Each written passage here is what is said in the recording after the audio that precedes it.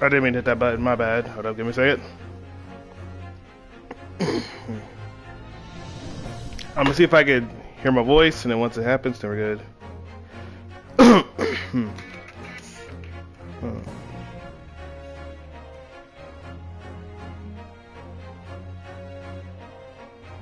Alright, hold on, give me a second.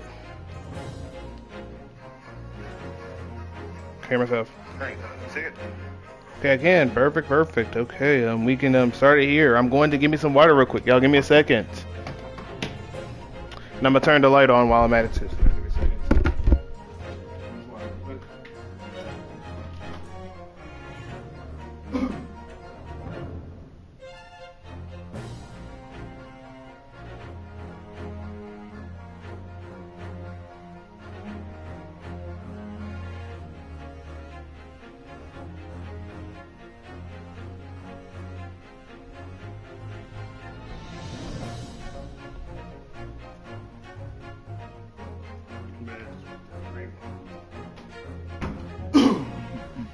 Alright, y'all, we are back. Alright. But, what is good, everyone? It is your boy, Ginger That Dude, and we are back on the Great Ace Attorney. And yeah, I've been on that Zone Zero. Zone Zero grind, but that's the point.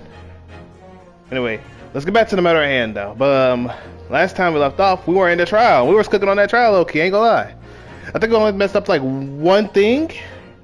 And that's because I thought I had to go back to that thing, like, you know, like the other thing, you had to go back in there, here and there with it.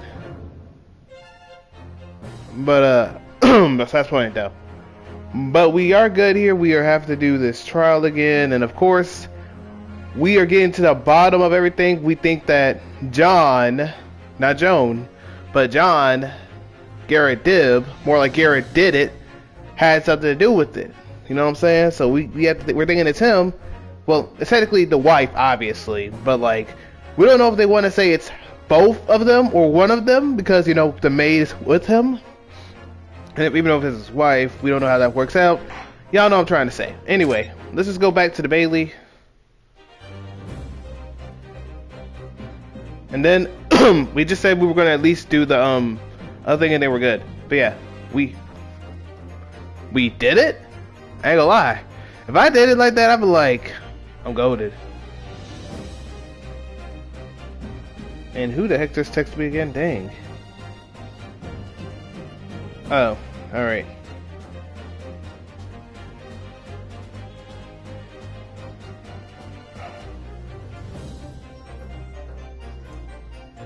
Alright. Let's go. Oh, congratulations, Mr. Naruhoda. So, as a result of the defense's summation examination, a number of the jurors' leanings have changed. 2 jurors called guilty, against 4 now calling innocent. Accordingly, the opinion of this court is divided, and this trial will continue.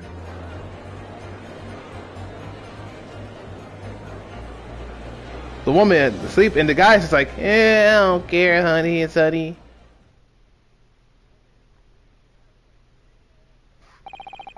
It's my fault. That thing was on. Do I? Now then, Lord Van Seeks, how does the prosecution wish to proceed?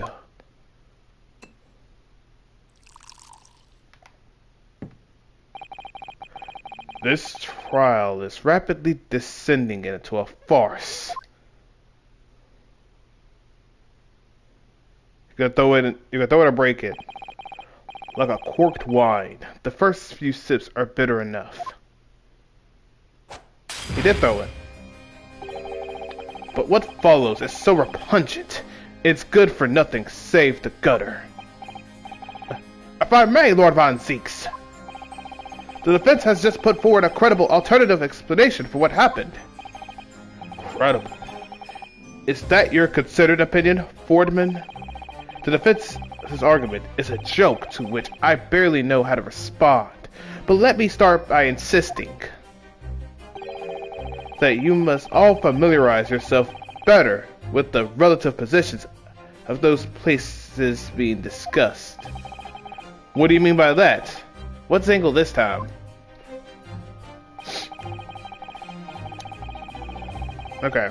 It should already be more than apparent that between the crime scene and the Garridib's household runs a rather wide street, Briar Road. That's fair, that's fair, that's fair, that's fair, nothing wrong with that. Which means the distance from the Garridib's house and the scene is some, yes, 15 yards. In this game, you gotta expect the unexpected at this point, bro. Like, it's gonna happen. Let me see. 15 yards. That's around 14 metries. Metries? Metries. Yeah, metries. 14 metries? Oh, that's a little farther than I had imagined. And as you, ladies and gentlemen, the jury rightly noted as having portentous significance, the fourth book was found in the victim's clutches. Indeed it was. That's the problem. That's the problem, though. In other words, this smoldering book wantonly hurled by the lady of the house traveled some 50 yards to land on opposite side of the road, neatly between the clasped victim's fingers and thumb. Well, yeah, she could literally just grab, like, oh, nice book. And then the thing's like, it's not that hard, not in this game at least. Now if it was IRL, that's different case there, but this is the daggone. It might as well be like Danganronpa at this point. Is that your final conclusion, my learned and deluded friend? And did the jackknife follow a near identical trajectory to plunge into the middle of the victim's back? I mean, in this game, you might as well accept the consequences. This fantasy is somewhat stretching the notion of having a bad day for the victim, I think. Even those pathetic serialized detective stories have more believable plots.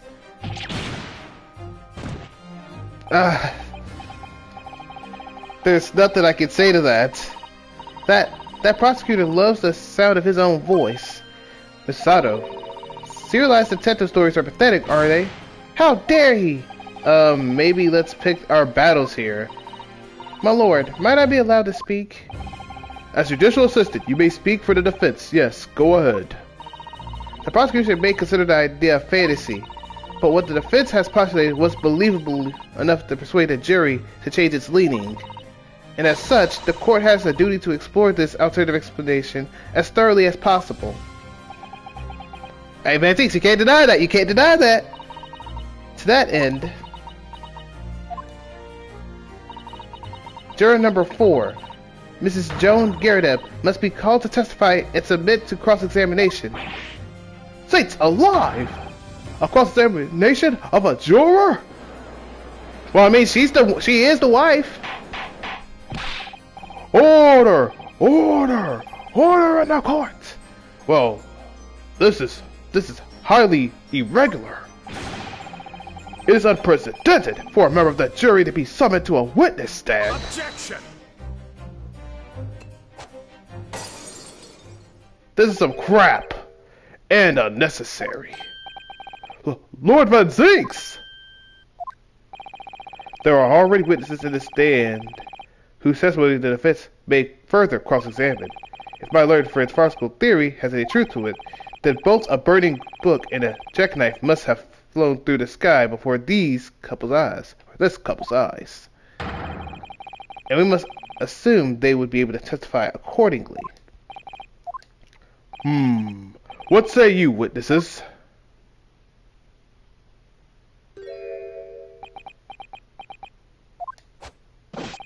Yes, sir. Constable Rolly Beat, reported for duty, sir. I'm sorry, my voice sounds like crap. I know it does, because I keep on saying the wrong thing. Well, good morning, officer.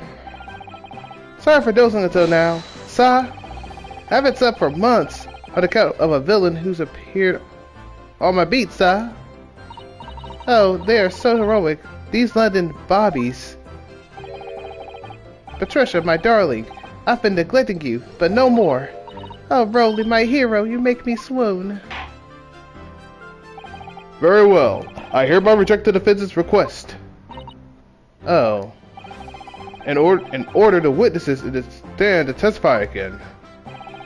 State forthwith before the court any details pertaining to the defense's alternative explanation of events.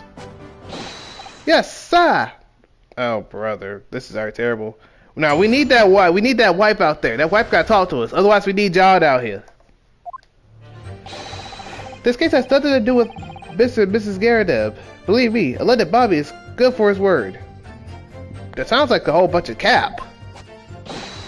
You see, sir, the windows on the top floor of the Garadeb's house are top hinged casements. We need to examine that one. Obviously, if anything had been thrown out the window, we would have seen it. I barely doubt that, but go ahead, keep going. I did leave the scene to go fetch for help, but my trusty Rolly was there to make sure nothing was disturbed. I didn't take my eyes off the crime scene for one moment, sir. Nothing strange to report on the front, sir. Okay, report. Okay. Examining mainly all the things we see. Well, this is quite startling. Top hinged casement windows? That detail was not in the police report, Constable. Oh, yes. Sorry about that. I must have been a little drowsy. You cannot excuse your sins with drowsiness every time, Constable. No, sir. Sorry, but what exactly is top hinged casement windows? See, I was going to ask what the heck that is. And you cannot excuse your ignorance with such trite remarks, my learned friend. Of course, sorry. I found it, Mr. Narhoda. Cast your minds back to the windows in Mr. and Mrs. Garadeb's room. Alright, I'll try. So the window opens in order to allow air to circulate late inside the house. Well, I like how it hit R1 apparently. But if a top hinge casement window, it swings open along the upper edge, you see? I'm glad you okay, you rectified. My bad. I was like, rectified. It's rectified. My bad. I'm glad you rectified your ignorance. A casement window's most prominent feature is its stay, a metal bar which prevents the window from being opened beyond a certain amount. It prevents it opening? That's all news to me. Absolutely correct, sir. In other words, if a book or knife were to be thrown across over the window, it would have clattered against the pane and fell straight down the pavement below. That's fair, that's fair. Okay, I can't be mad about that. That's fair, that's fair. That's fair. But it's not like they told us about casement windows. Not, I mean, we were there, but like, we didn't know about no casement windows. No. You see the problem then? Good. Your education in Windows is incomplete. There was never a possibility of either the book or the knife traveling 15 yards over the road. That is, unless the window pane has been shattered, something we've discounted already. Well, not that I know of, unless they got it out. But no, it's not that, I don't think. That can't be! Did you see that, Rolly? That young Japanese man just collapsed in agony. Oh yes, my daughter, I saw it. I saw how he crumpled before me. Oh, Rolly, you're so strong. How is this happening? I haven't even started the cross-examination yet, and already my argument's been destroyed. Counsel, if you could drag yourself upright again, the court awaits your cross-examination, and don't get cooked again, because if you get cooked again, I can't help you on that. He's like, I'm already cooked. I shouldn't be talking, my lord. Oh, good. Another desperate situation. Okay, we're gonna press 1 and 2, I think. That's what we're probably gonna do.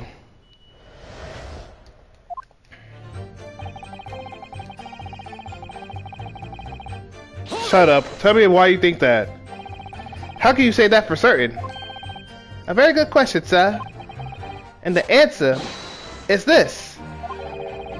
It has the noble founding principles of the force written on it as a reminder to all of us policemen of our sworn duty.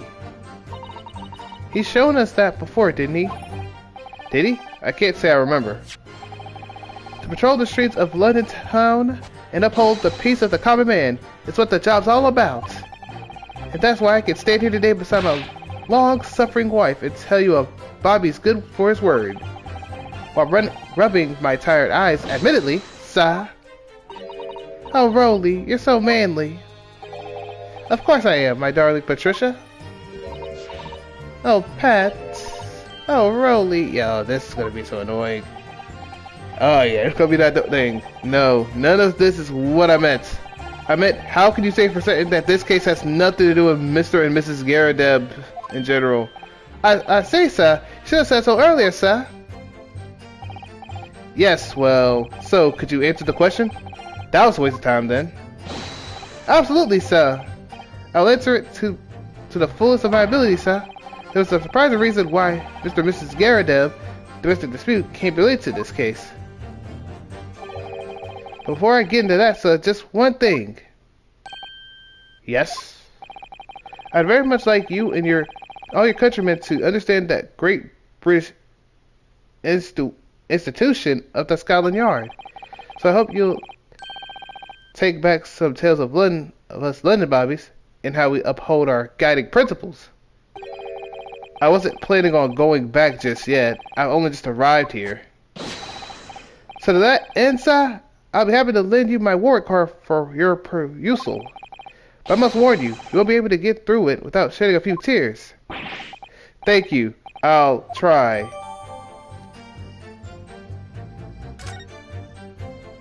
Okay, we got something.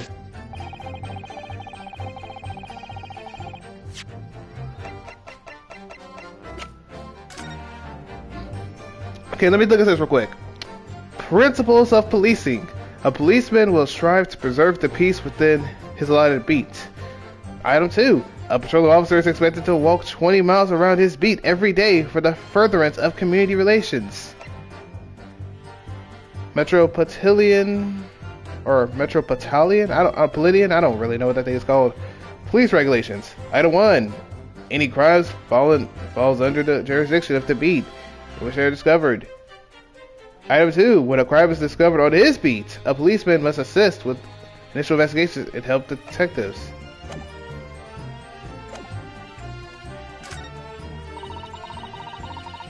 Oh, my bad. Let's talk about that a little bit. By which you mean they don't fully open, is that correct? They never open? Hold on, crap, my arm. There we go. Yes, sir. Okay. They're just there to allow a bit of air through the house, you see? So they're restricted as to how much they open. So what if the hinge breaks though? What if that little hinge of it breaks? Does that mean the door's just closed forever, or does that mean that it just opens up completely? That's what I want to know. And therefore, anything thrown out the window from inside the room will simply strike the pane and fall into the street directly below. For clarity, allow me to mark the map. Here is the location where objects would have fallen. That's fair. Yes, directly opposite the scene of the crime on the other side of the rather wide road. Would it have been so hard for someone to mention it's this top hinge casement thing before? Yeah, that's kind of true. Why did they? Well, I have another question for you, Constable. Let me ask you that. And what would that be, sir? How do you even know? Why would you have any idea what sort of window Mr. and Mrs. Garadeb's house is furnished with? Ah, well, sir, that's very simple. You see, I helped with this investigation yesterday. Excuse me. Let me talk to you, ma'am. Do you have something to add, Mrs. Beat? Sorry? You look, well, delighted. Is there something particular? Is there a particular reason for that? Or why or something? Oh, I was just remembering that. That's all. We really were so lucky. What do you mean you're lucky? What do you mean? Lucky? What do you mean? Well, of course I feel terrible for the poor woman who was attacked. Don't misunderstand me, please. But we were just so lucky it didn't happen on Rolly speed. It was so close, you see. Oh, I hadn't realized. Oh yes, that street, Briar Road. That's the boundary between Rolly's Beat and the next one. Isn't that right, my love?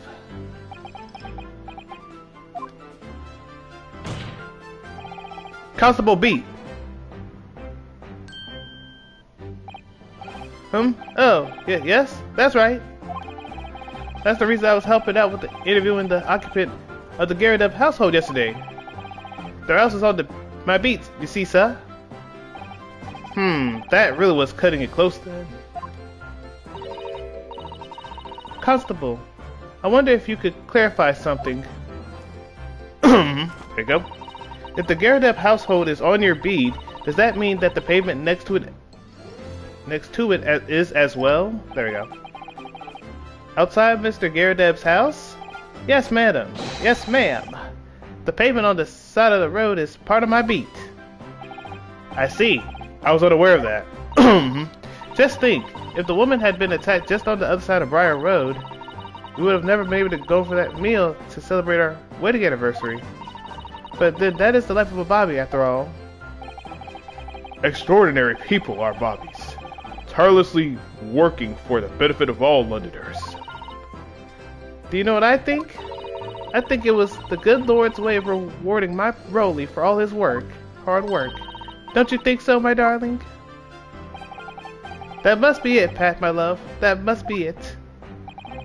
I think perhaps we should make sure we have information officially on record. Leave it to me, Mr. Naruhodo. I'll take care of it immediately.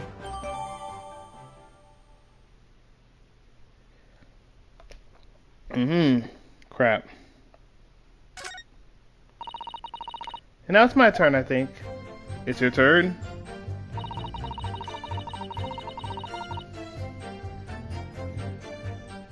Okay, let's just press everything, I guess. Hold it! Let's press everything, I guess. But according to my notes here, the sun had gone down already. It was already dark. Oh, but Rolly and I was strolling along, gazing at the night sky, looking for our lucky star. Sorry? The star that will guide us to eternal happiness. Can it guide you to the answer to the question? He's like, bro, can it guide you to the to the question, bro? Like, please answer the question, man. It's funny though. If a flaming book had cut across the sky in front of us, it would have lit up like a shooting star. And if I'd seen the shooting star, I would have made a wish upon it. Let Rolly be an inspector, I would have said, 3 times at least. Of course. What with the smog and everything, we couldn't actually see any stars.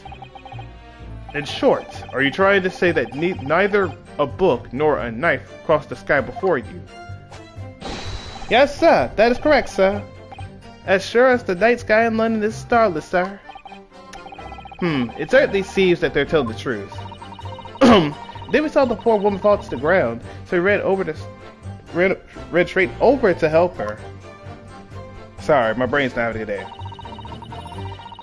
Okay, we already read all this stuff, so hold it.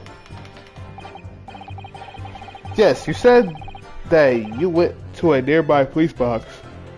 I hate that I have to yawn every time. I'll reread that over again. My bad. Yes. You said that you went to a nearby police box to fetch another officer. Is that right? That's right. Yes. If it had been on Rolly's beat, I would have known exactly where I was going, of course. Don't feel bad, my love.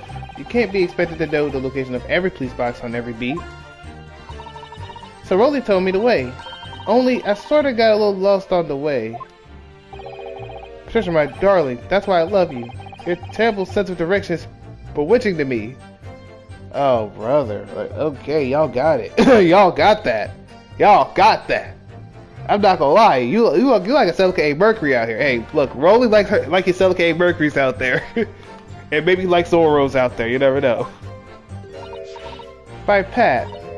Oh, Rolly. Oh, Pat, oh, Rolly, oh, here we go again. Oh, my goodness. Oh, please. So, I suppose I was gone for about 15 minutes. But like I said, my Rolly was at the scene the whole time, making sure nothing was disturbed. Was he awake right now, or was he asleep like that, where he was just doing this the entire time? I was off duty at the time, of course, but a true Bobby is never really off duty, sir.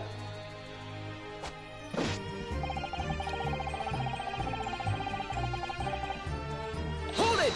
Let's talk then. Nothing to report?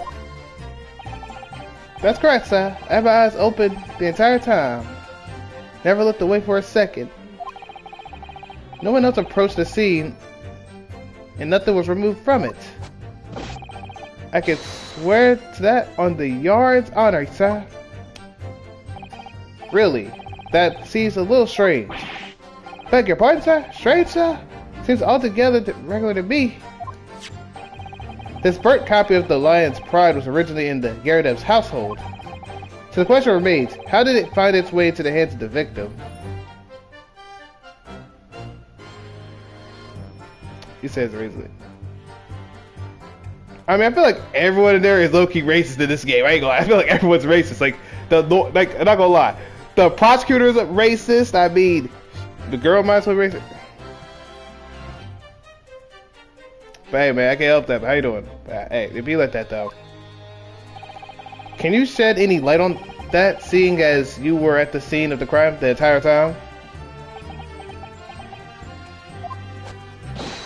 Aha! Could it be a different copy, sir? One that just happened to be burnt as well? Oh, it actually did? Dang, that's crazy work. That's crazy work. Even if that were possible, why would the victim have been gripping a book like that in her hand? As you can see from this photographic print, she had a bag over her shoulders. She could have just put that in her bag. Yeah, exactly. Well, sir, that book was in the lady's hand from the moment we arrived at the scene. Is that so? So how did it get in her hand there, prosecutor? John must have something to do with it. There's something about that statement that's not sitting around with me. Two mysteries of how the knife ended up in her bag and how the book ended in her hand. There must be some common thread between them. Can I ask you something, please, Mr. Lawyer, sir? Oh, yes, of course. What is it?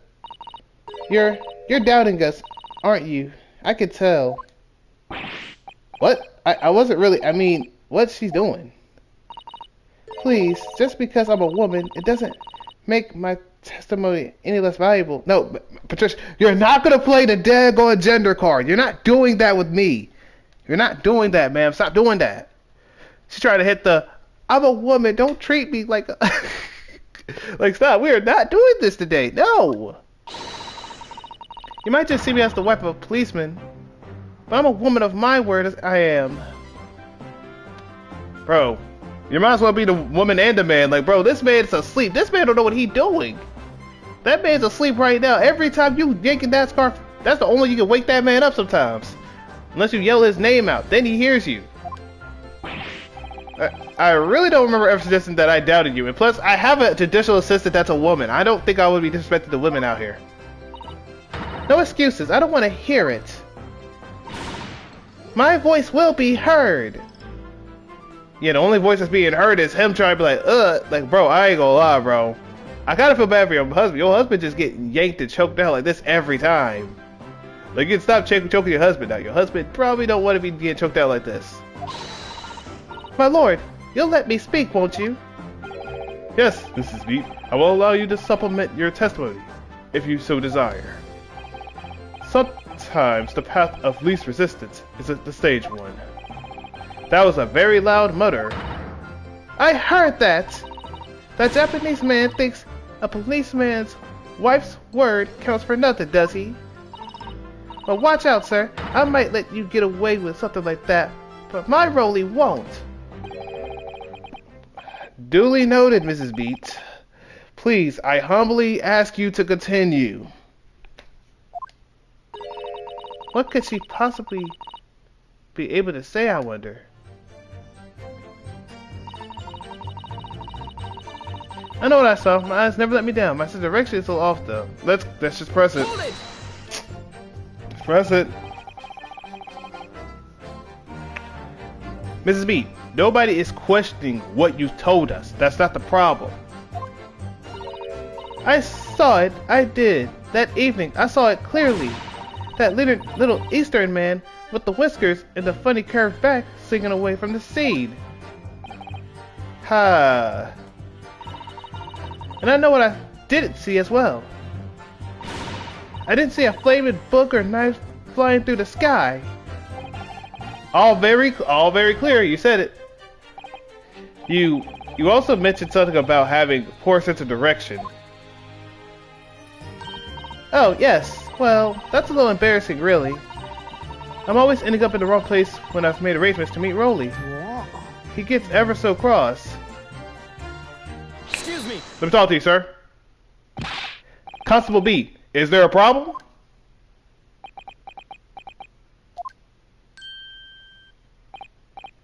No, sir. No problem, sir. Did your wife's remark just now bring something to mind, perhaps? Did it? Let me ask you, did it? Oh, well, in a way, sir, yes, sir. I was just remembering that the same thing happened that evening is all. Tell me a little more about that, sir. Let me tell you a little bit about that. You mean Mrs. B lost her way on the night of the incident? Well, you see, I sent her off to find a police box in the next beat over from mine. But she was gone a far bit longer than what I was expecting. I thought she'd be back in 10 minutes, but my darling was gone a good 15. Okay, good 15? Oh, Rolly, you're such a tease. But the reason I was so long was because of the bouquet, silly. The bouquet?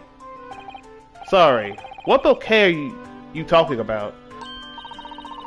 Oh, it was a present for our wedding anniversary.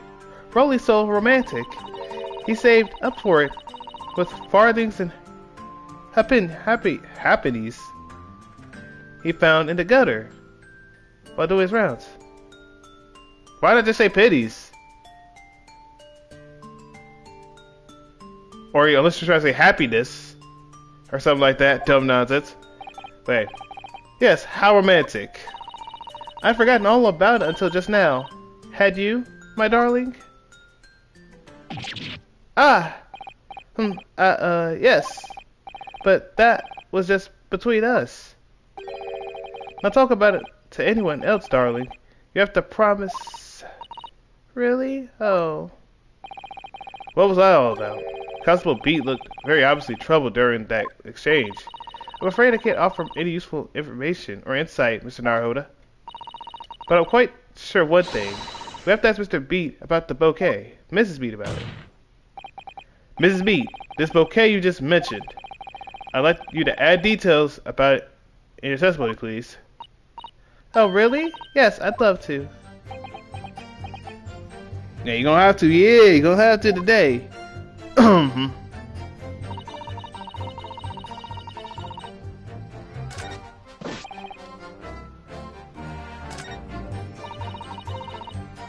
Okay, let's press that. Let's press that. You mean you dropped the bouquet at the scene of the crime? Yes, that's right. I was so upset. We ran over and saw it was a woman with a knife in her back.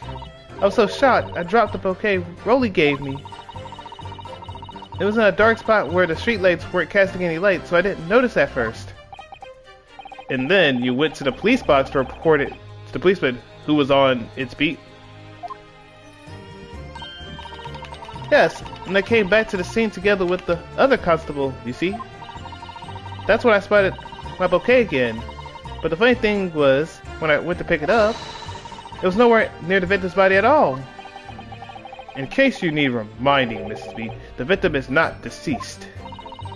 I was all flustered for a moment, but I heard a voice calling me from the other side of the road.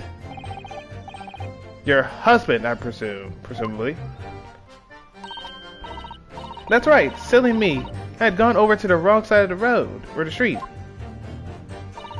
Although I'm going to blame the bouquet this time, I can't think how it got there. I really can't.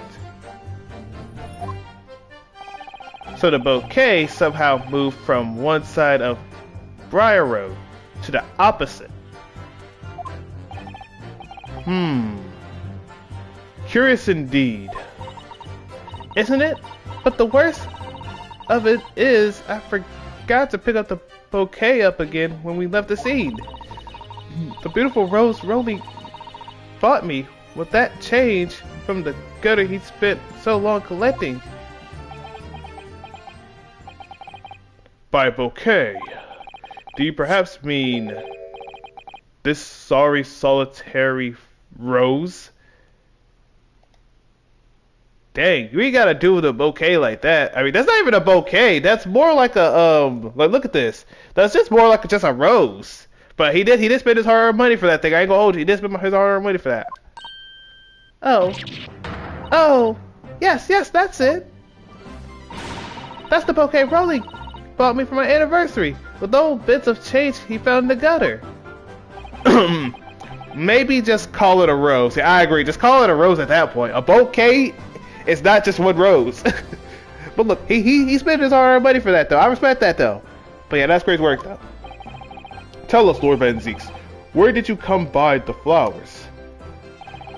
According to the report by the police officer. Oh my goodness, I don't have the whatever. Reading it again. According to the report by the police officer in charge of the crime scene investigation, it was found on the edge of the pavement in front of the Garadeb's household. In front of the Garadeb's house? And you don't think that has any significance? Though it was not noticed until this morning, or the morning, as it lay where the street lamps cast no light. It was believed to be of no relevance to the case since it was found opposite side of the thoroughfare. Oh, thank you, sir. Thank you. Can I have it back now, please? No, I think for good measures, the rose should be added to the court record as evidence. Oh. But it's a symbol of our love. I want it back after the trial. Do you hear me? I want it back. Good grief! Rest assured, I shall do my very best to not forget, Mrs. Beat. She's gonna crash out too. I want my rose. Oh my goodness.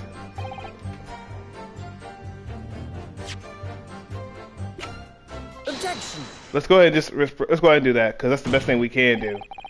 You claim, Constable Beat, there was nothing to report in the 15 or so minutes you were guarding the scene, but that cannot be. Let me talk to you. What? What do you mean to say? In your testimony just now, Mrs. Beat, you explained to the court that when you arrived back at the scene of the crime with the policeman assigned to the beat, you said you went up there, you left, you had to get the rose. You go up there, you get the rose, guess what? The rose is now on the body, now it leaves the body. What the heck, how'd that happen? He's supposed to be staring at the body, he ain't staring at the scene of the crime. But let me talk to you. The bouquet you had just dropped at the victim's side was no longer anywhere nearby. Objection! Yes, on the opposite side of Briar Road to where the victim was attacked. Exactly! That's a problem! Why the heck is it over there all of a sudden, bro? Why is it all the way over there? And the knife was on that person's chest over there. It was supposed to be on this side, on the left, right here. But guess what? It's on the other side. How'd that work out?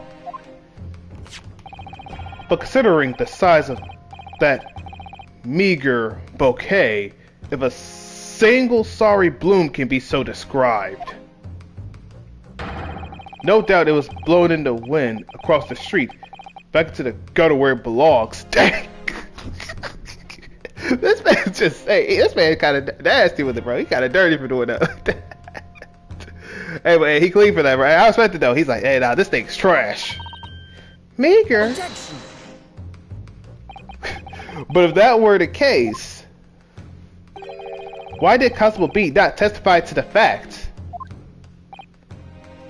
Yeah, literally, it's he spent his hard-earned cash to get that thing.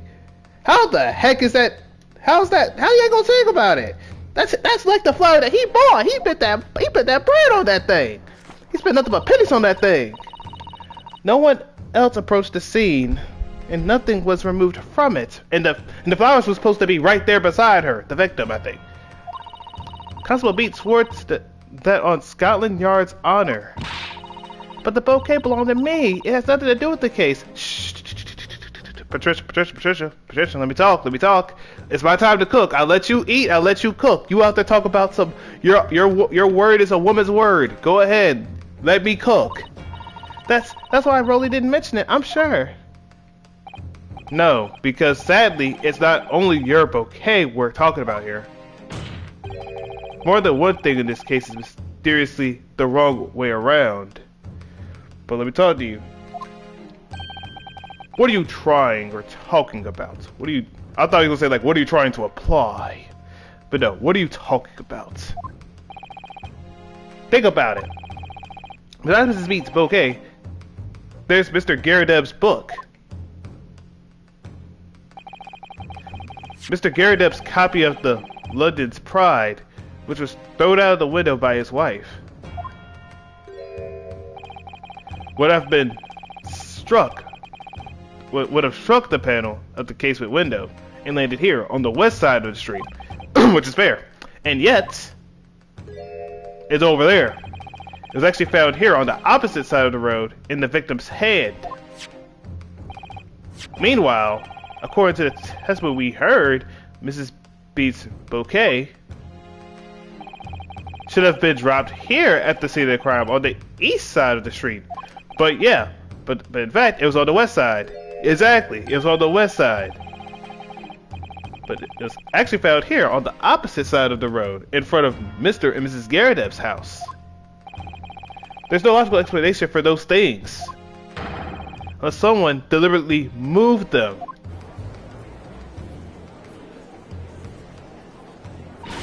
What are you trying to say? The way you're talking, it sounds like you think my Rolly done something wrong. To be fair, I think he did. I think he moved this. I think he moved the flowers, and I think he moved the daggone book or the daggone jackknife. I think that's what he did. I think he flipped this and said, "Hey, flip this one, flip." That's what I think he did. He had something to do with the crime. He's the only one that says, "Oh, I don't see no one else that was there." He made sure no one was there. So that means he got no other person that he could blame it on. So congratulations.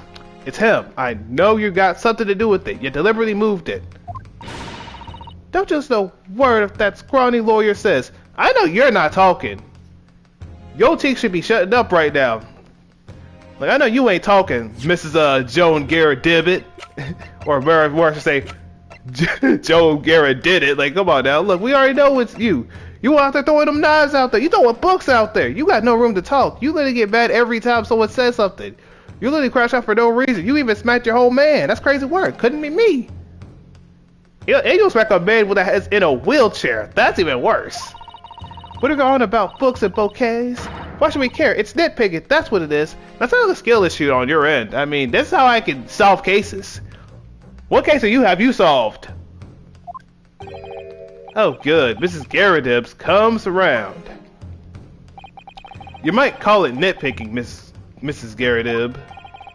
But deliberately meddling with the scene of a crime is a criminal offense. It's called, tampering, Mr. Naruhodo. But the person responsible for this tampering cannot admit to it, for a very subtle but compelling reasoning. Objection! Tampering? You barely heard the term before. Tell us, my learned friend, who would have possibly have caused to carry out such an elaborate deception? Rolly B. Did you not hear what I said? Does your brain think? The guy right here, maybe you might not know. Maybe my learned friend, you need to learn something. It's this guy right here. His name is Rolly Beat, the Bobby that said no one else was there, that everything was all good and clear. Maybe this guy right here in front of your face, the guy that's right there that you're pointing at, you might as well be pointing at him.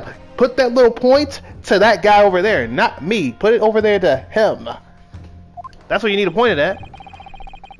Yes, there's someone who tampered with the seed, of the crime that evening. All evidence and all the testimony points out to that one particular person. It has to be him. He's the only one. Counsel, I must demand that you substantiate this conjecture. Who are you saying is responsible for the tampering of the scene of the crime? Duh. Rolly beat. Obviously, there's only one person it could have been. Constable Rolly beat. It was you. What? A policeman? A member of Scotland Yard? What nonsense! Why would my Rolly do something like that? There's no one straighter than my husband. Nobody works more tirelessly for the people of London. Mrs. Beat, you said in your testimony that your husband asked you to go to the nearby police box to fetch the officer on duty.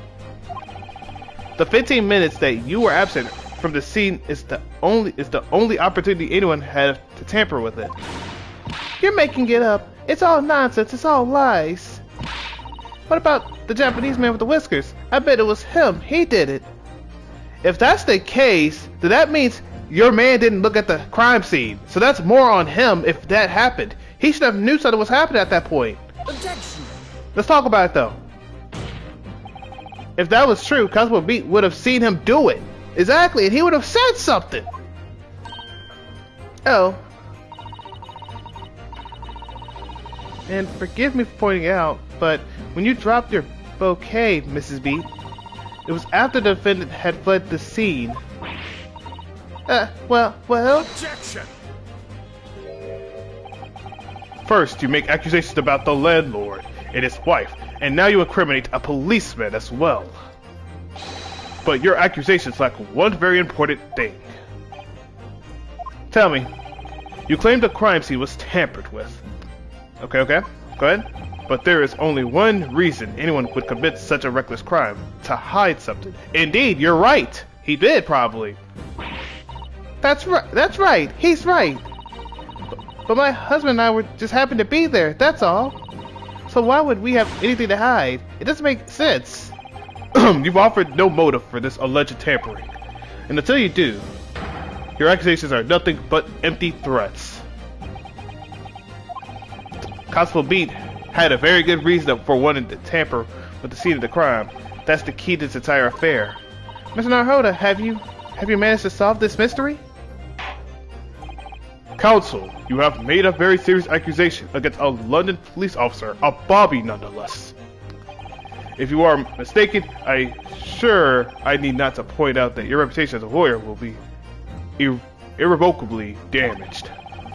With that stark warning in mind, you will now explain to the court the motive for this alleged tampering. Yes, my lord.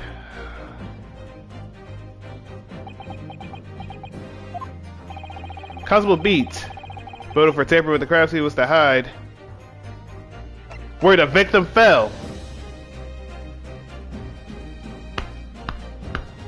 I'm going for victim.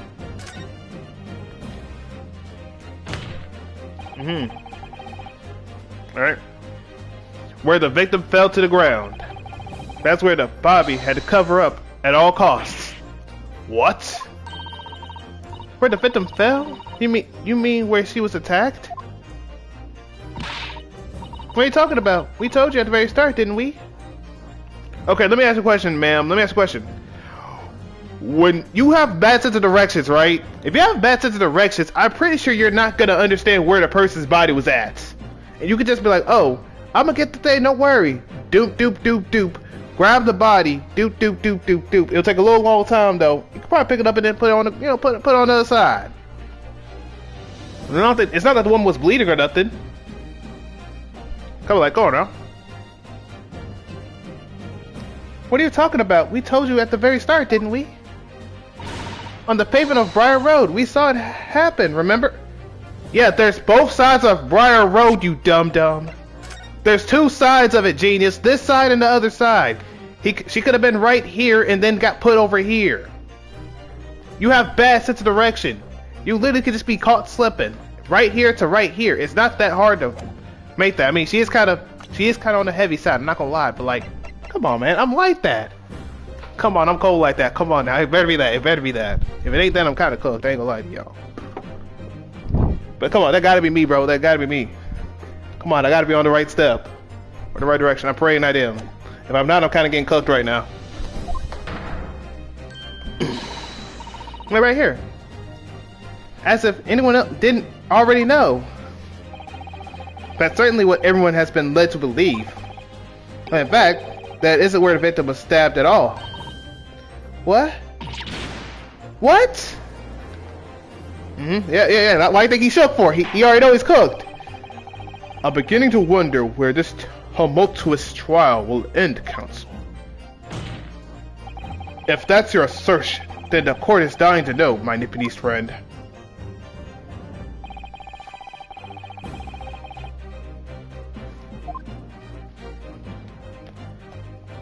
Take that! The left sidewalk!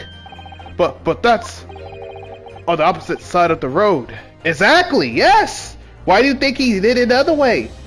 Think about it, the flower's that way.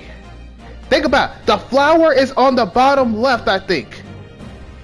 Why else? He said she knew the flower or the bouquet dropped. So if that's the case, that means he had to be over there. Because he didn't think about moving the flower to the other side. Because he dropped it right there and when they saw the body. So I'm cooking. Hey, we cooking. I don't understand. Let me talk to you. On the evening in question, Mr. Garridub's book fell directly from the open window above. And your bouquet, Mrs. Bet, or Mrs. Beat, never moved at all. And that's facts. Never moved at all. What did move was the scene of the crime itself. Good gracious. Hey, we cooking. Objection! Okay, talk to me then, bro. Talk to me then. Perhaps you haven't been listening to the ample testimony the court has heard. But these witnesses both saw the moment the attack took place. Yes, you're right. You're right about that. Look, Van Teeks, you're right. You're right about that, brother. You're right about that. But let me tell you something. Do you know that Miss Lady here has terrible sense of direction? So it wouldn't have mattered. She don't even know where she's gonna go. She didn't even know where the box is at. He said, literally, this man right here said, "Hey, go out there and find the box. Go ahead and have fun with that. I'm gonna tell you where it's at. Around over there." It took her 15 minutes to get there. That is enough time for him to go ahead and pick up a body and put it on the other side. The question is, why the heck did he move the body? Is the problem. But I'm assuming it's because this man right here is a retired army man, or they must have some kind of correlation with each other. That's the best thing I got to go off for that. What do I know? That's right. I saw it with my own eyes.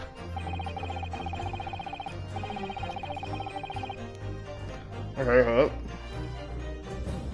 Alright, it was 5 o'clock in the evening and already dark. There's a typical London fog on the ground, and I'm gonna cut the fan off. Y'all give me a second.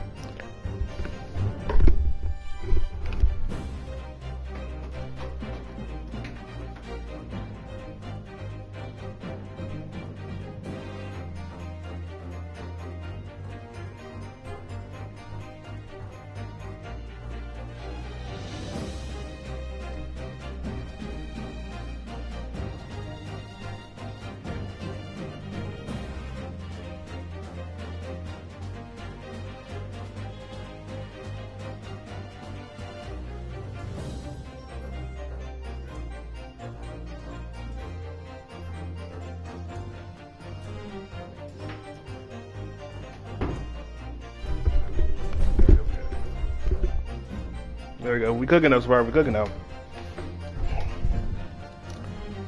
But yeah, there was a typical London fog on the ground, though. When you saw the incident unfold and ran to the victim's aid, I was actually on the west side of Briar Road. No, that's not true. It can't have been. It was. Let me ask you a question then. If that was the case, why do you think the flower's on the other side? It's been there. He never moved it. It's always been on that left side the entire time. So that crime had to have been there. Unless you want to say that your flower was on the right side. Because you didn't never knew where it was at until the last second. That's why you were trying to figure out where that flower's at. Because you were like, where's that flower at? Where's that flower at? It should have been around here. But no, it was on the other side. decide where the crime scene actually was at. So, hey, what can I say? Constable Beat then arranged for you to be absent for a while by sending you for help. And during the 15 minutes you were away, he transplanted the crime scene. He moved all the things that show in this print. The victim herself, the 4 books. He moved everything, in fact, to the pavement on the east side of Briar Road. Extraordinary! But the constable overlooked one thing. What? What did he overlook? The bouquet, I presume. Exactly. The prosecution told the court just a few minutes ago about the discovery of the rose bouquet. Lord Pantique said it wasn't noticed until this morning, as it lay where the street lamps cast no light. Yes, it couldn't be seen in the dark, obviously. Which is why it was only the bouquet that was found in its original position, on the pavement on the west side of the Briar Road. And that is the defense's theory about what really happened that evening. How do you respond, Constable Rolly Beat?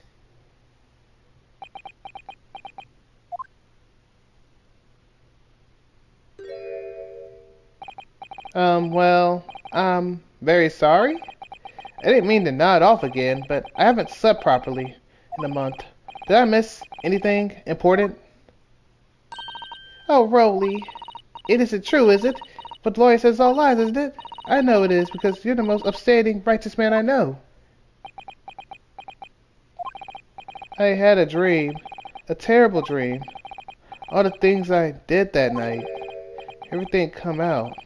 Everything exposed. Can you talk about that? Zedek's like, what the? This man is brain dead.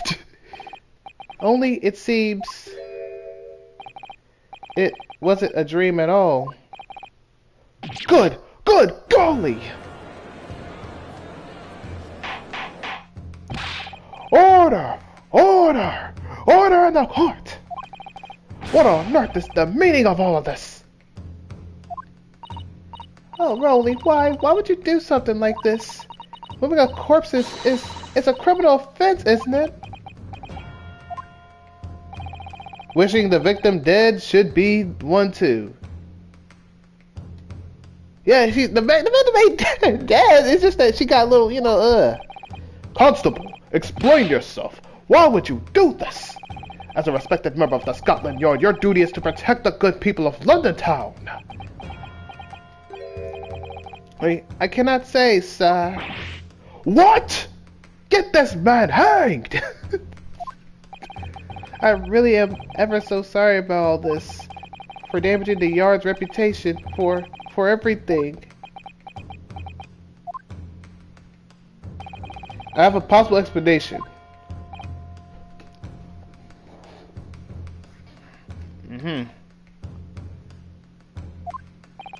For why on that particular evening, Constable Beat felt compelled to move to the scene of the crime. I can think of one reason. What? How could you possibly know? You are a foreigner, presuming to understand the mind of a Scotland Yard policeman? And yet, Lord Van Seeks, it is this foreigner who has uncovered the startling truth of the matter thus far. He's like, oh, he's too good. I believe it would be beneficial to the court to hear this extraordinary young lawyer's theory. Counsel for the defense, if you please. Yes, my lord. Now then, I think you had better show us some evidence. At once, my lord. England, Japan, it makes no difference where you come from. Human emotions are the same. I think I have a fairly good idea of the feeling behind this man's action. What gives away the motive for Constable Beat's unthinkable actions?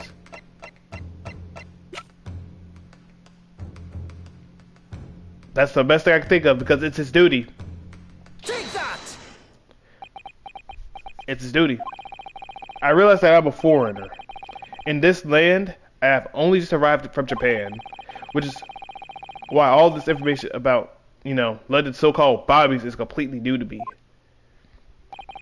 I've learned that no matter or though honorable, well, no matter how honorable, I should have said no matter how honorable, but though honorable, patrolling the beat is the most demanding work in the world. For example, keeping the peace, looking after the citizens of the city on his beat, in all kinds of ways. There's no doubt that the young Bobby is charged with a great deal to do each day, certainly. But for a constable beat, the day in question was special. Special? How? Because he wanted to make sure that him and his wife had a good day. Because he loves his wife. And it was their anniversary. They had an anniversary. And he didn't want to mess that up. Because he didn't want her to work that much. He said, I got an idea. And he didn't want to mess that up.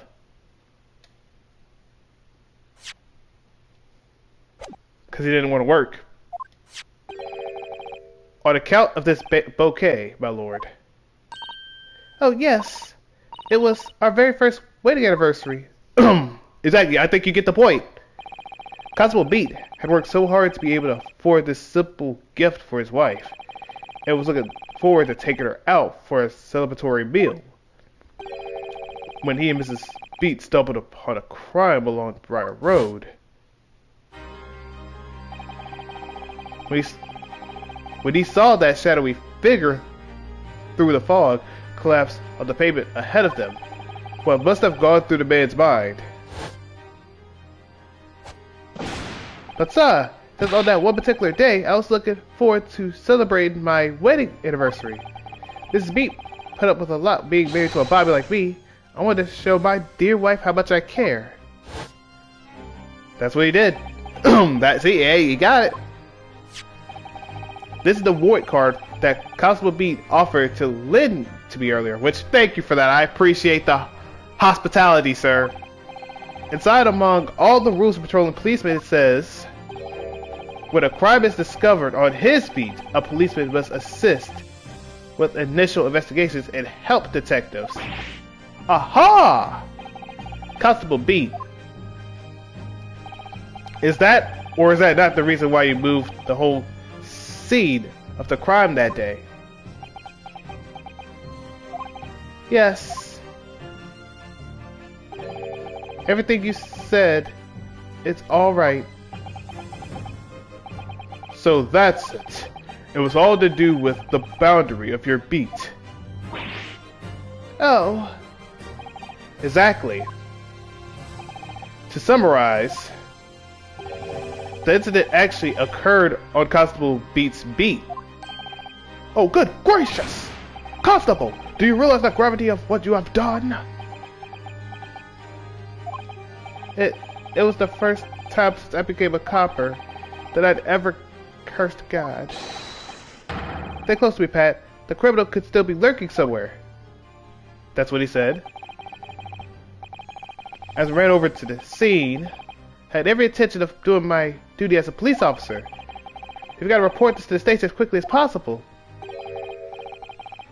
But then it dawned on me. I realized where we were, where the victim was lying, and what that meant for me. When a crime is discovered on his beat, a policeman must assist with initial investigations and help detectives. Why here? Why did this have to happen here? Why tonight, of all nights? Why? And that's when he wanted to move the body. But wait, how'd you lift up that body though? Like, did you like just carry that thing and say, you know what? I'm carrying everything in general, because that means no one was actually looking at you doing that the entire time. It's crazy work. It's a copper's job to guard the scene of the crime, so I told Pat she'd have to go to the nearest police box and fetch whoever was on duty there. It was then, when I opened my mouth to speak, it just came out. I couldn't believe the words that were coming out of my own mouth. This is the next beat to mine, Pat. So you have to go to the police box that covers it. Turn right along Meerschaum Street and then...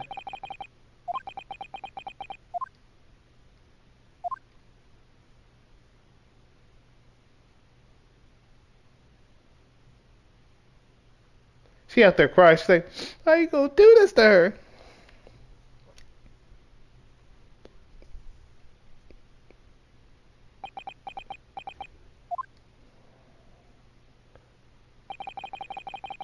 Um, um, I'm sorry. I'm so sorry. Oh, Constable. I just wanted just that one night to take my Patricia out for dinner. Oh, really? Just that one night. You knew that if the incident was on your beat, your evening of celebration would have been ruined. And so you decided to move the entire crime scene outside your jurisdiction, just across the street to the east pavement of Briar Road, which falls under the neighboring beat's care. You see, I thought, well, I was sure the victim was dead, you see. I beg your pardon! Oh, of course he did. Otherwise, my brother would never have left the poor woman on the freezing cold pavement. I mean, that's fair, that's fair. Ah, I see your meaning now. Exactly, I understand that, I understand. I wouldn't move the body in general, but hey, I understand. But God got me back for my sins, didn't he? That's why I missed the rose I bought for Pat. Oh no, Rolly, that was all my fault. I should never have dropped it in such a dark place. I'm so sorry, Rolly.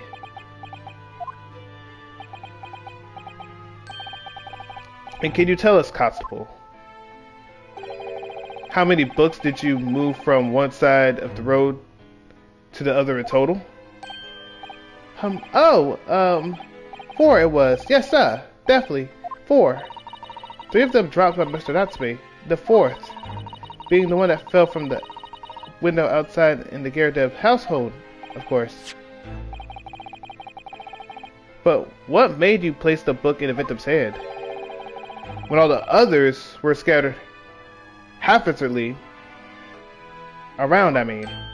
Oh, well, sir, that's because that's how I found it. How you found it? What do you mean? When we first went over to the scene, the victim was already holding the book. So when I moved everything, I made sure it was still in her hand. You're sure it was this book, The Lion's Pride, that the victim was holding? Oh yes, sir. No doubt about it, sir. Interesting. Hey, can we bring out John out here? Yo, John, we need to talk out here. Bring out John out here. Bring out John or Joan, actually.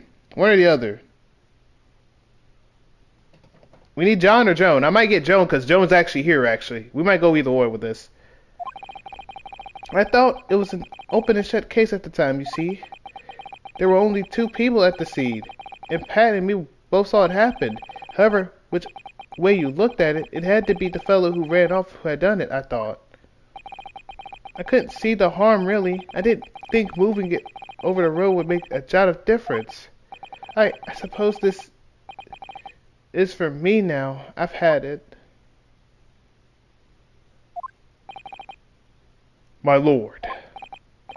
Yes, Lord Van Seeks. I believe that concludes the cross-examination of the witnesses. Constable, you may withdraw. Yes, sir. Mr. Prosecutor, sir? What will become of my Rolly? What will happen to him? For now, you are free to go home.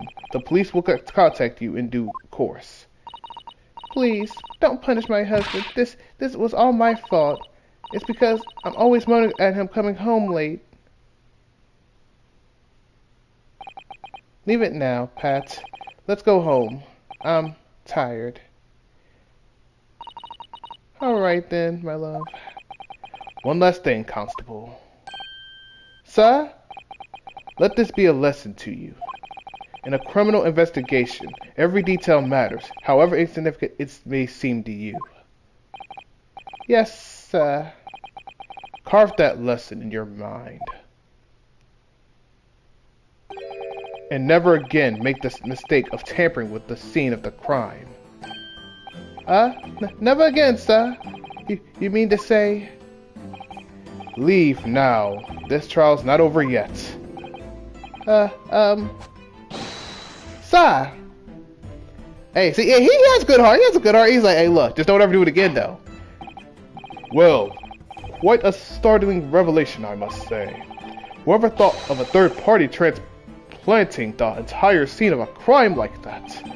Indeed, my lord. Nevertheless, there are some immutable facts here, principally. That the accused, Mr. Sasaki Natsume, is the only person who could have possibly have committed this crime. No. Joan and John are still there. Mainly Joan, though. No, I disagree. Now that we know the true scene of the incident, there's someone else.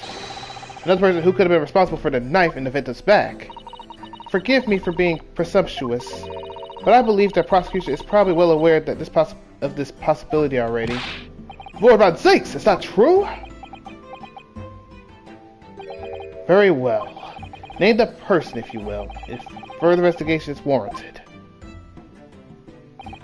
The prosecution has no objections to the trial continuing. We will name the other person who could have perpetrated this crime. Take that! Joan. Let's go ahead and say Joan because she's the one that threw the knives out there. The defense would once again like to request the cross-examination of the new witness, my lord. Once again? My assistant made the same request earlier in order to finally reveal the truth about this case. It's imperative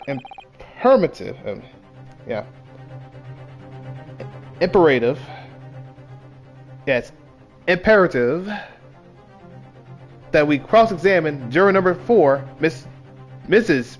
Joan Garadib. Me? Oh, dearie me. That request has already been denied. But look, we have evidence now. Congratulations. We know who it is. It's her. So don't stop capping your way out of this. Shush. No. But the situation is very different now. Mrs. Garadib, answer me this. What do you want now, you little toad? At the time of the incident, you were engaged in a violent argument with your husband, Mr. John Garadib. In the course of the argument, a minor house fire was ignited. And to clear the smoke from the room, your husband opened a window that looks out over Briar Road. Well, what of it? You threw this book at your husband when he was cornered with his back against the window. Not at the wall this time. Upon striking the pane of the opened hub-hinge casement window, the book plummeted directly down, not down directly, but hey, finding its way to what we know about the true scene of the incident. Yes, and as I said, what of it? During the argument, you were beside yourself with rage, and as such you threw not just books, but anything you could lay your hands on. You did. So, let me ask you one more time, Mrs. Garadib. This knife, the one removed from the victim's back, have you really never laid eyes on it before? Because if you lie, we can get your husband out and he can explain. And he might cap a little bit, but we can get evidence down pat for it. Come here. Oh, you shook, huh? I don't recall it. Oh, you are capping your butt off, and I understand. You going to jail. You cap it so much, you going to jail. Seriously? Am I supposed to remember everything I pick up and throw at my husband? Yeah, especially a knife when you could kill somebody with it. I would expect you to know what a knife is. And anyway, the man over there in that regalia said members of the jury needn't testify, didn't he? Conveniently, yes. Objection! No, I have no recollection of saying that at all, juror number 4. Oh, make no mistake. You jurors are not special in any way. You are not immune to the judicial process. If you know something about this knife, madam, let the truth come out. But that's just a commoner garden knife. It could have come from anywhere. We have seen several like that at home. if one went missing, how would you expect me to know? What's that? Are you joking? What are you saying, madam? Please, Mrs. Garadeb. Oh yeah, you cooked. Yeah, you cooked. Now you listen to me.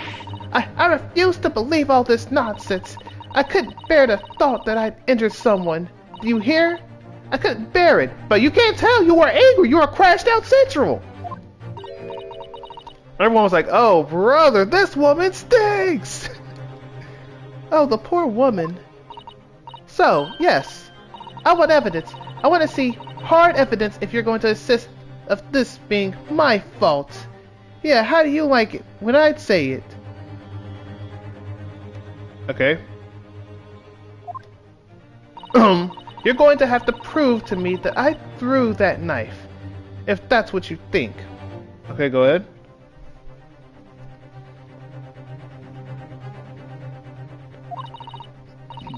Come along now, chop chop, do your worst. Well, Mr. Naruhoda, if I had evidence like that, believe me, I would have thrown it at her already. Then take the stand, juror. Oh. The prosecution does not object to the defense's request to cross-examine this woman anymore. Thank you, Lord Van Zeeks. I'm going to have to testify? Juror number 4. As I'm sure you will appreciate, having observed it with your own eyes today. Witness testimony can lead to the most extraordinary truths being unearthed. Truths of which the witnesses themselves may not even have been aware. Okay, hold on. I'm gonna switch my controller. Give me a second, chat. Give me a second. Ooh, switch my controller real quick. Okay, boom.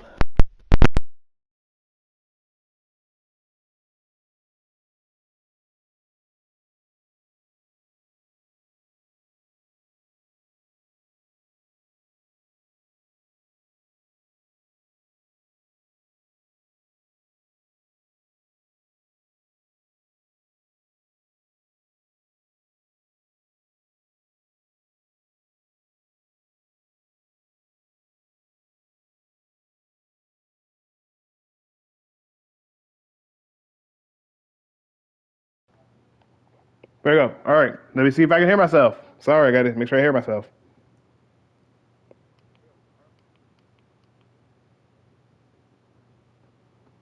See, can I hear myself? My bad. Hold up. Wait a second. See, can I hear myself? Okay, perfect. Okay, we're good, chat. We're good. Okay, good to know. All right. Oh, dearie me. So I demand your full and unadulterated testimony, Mrs. Garadeb. And mark my words, in this court of law today, we shall extract the truth. Do you concur, counsels? Certainly, my lord. Oh, that's what I'm hoping for, my lord. We knew you was out here for a reason. This is such a strange feeling. For the first time since arriving in this country, it actually feels real. I'm him. I'm here in this Old Bailey, and I'm a lawyer. I'm him. Witness, state your name and occupation. Oh, yes, my name is Joan Garadeb. And I'm a juror and such like. It sounds like even she doesn't know if she's a housewife or a maid or what anymore. The court has decided your testimony is required in order to clarify matters in this case. Do you understand, madam? Yes, my lord. You will tell the court everything that took place in your household on the evening in question. And I warn you, do not attempt to hide the truth. Oh, dearie me. Oh, you shaking, you shaking. Yeah, yeah, you shaking, huh? You shaking them boots. You just shaking. Shut up, Joni. Nothing to worry about. Wait, is that the husband? Oh, the husband out here. The husband out here. He's like, I got you, baby. I got you. Even though you out there doing me dirty, I got you. Oh, I didn't know you were here, John.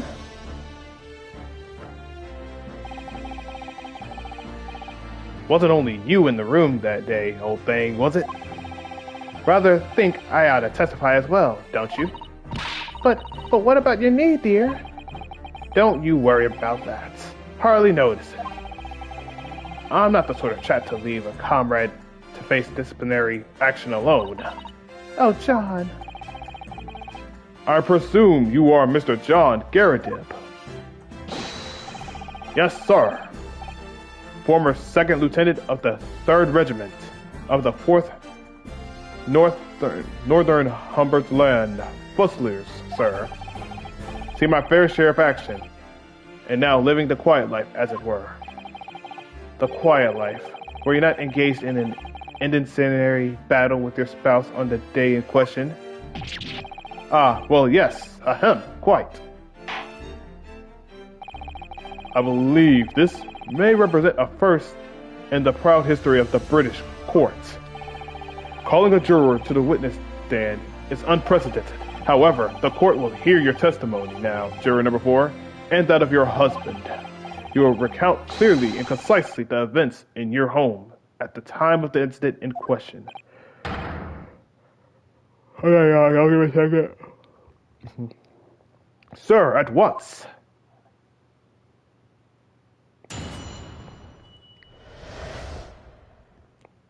The Battle of Garridib. Yes, on the day you're referring to.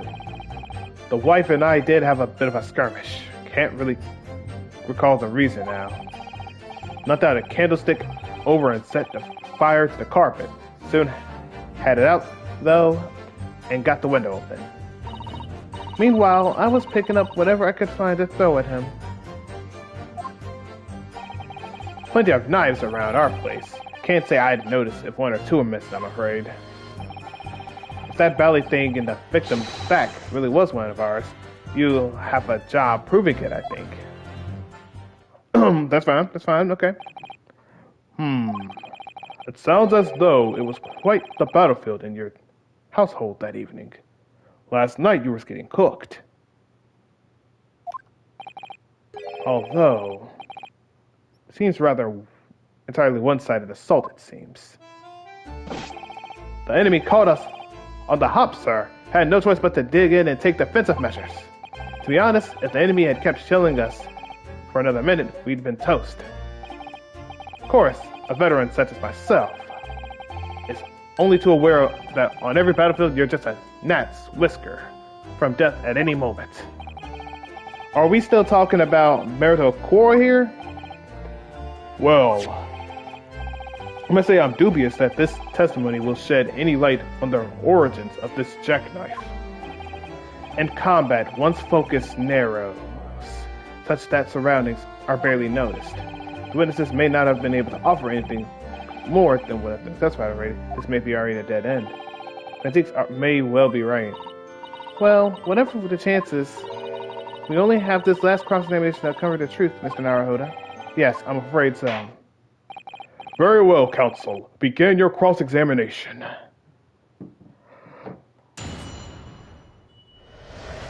Alright, I'm going in.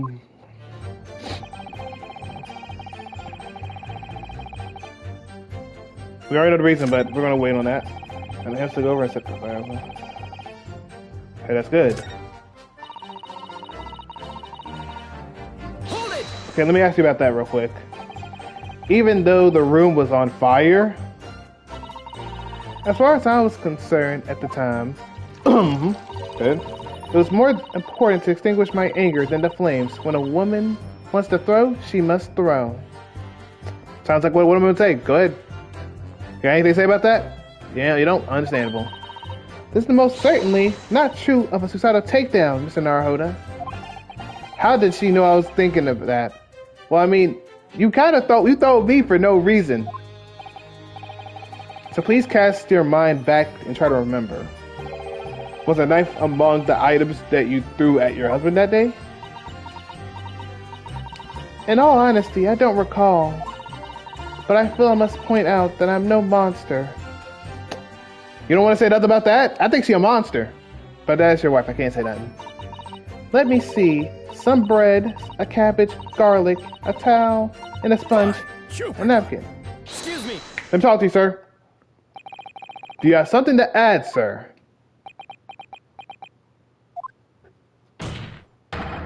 Mr. Garadeb.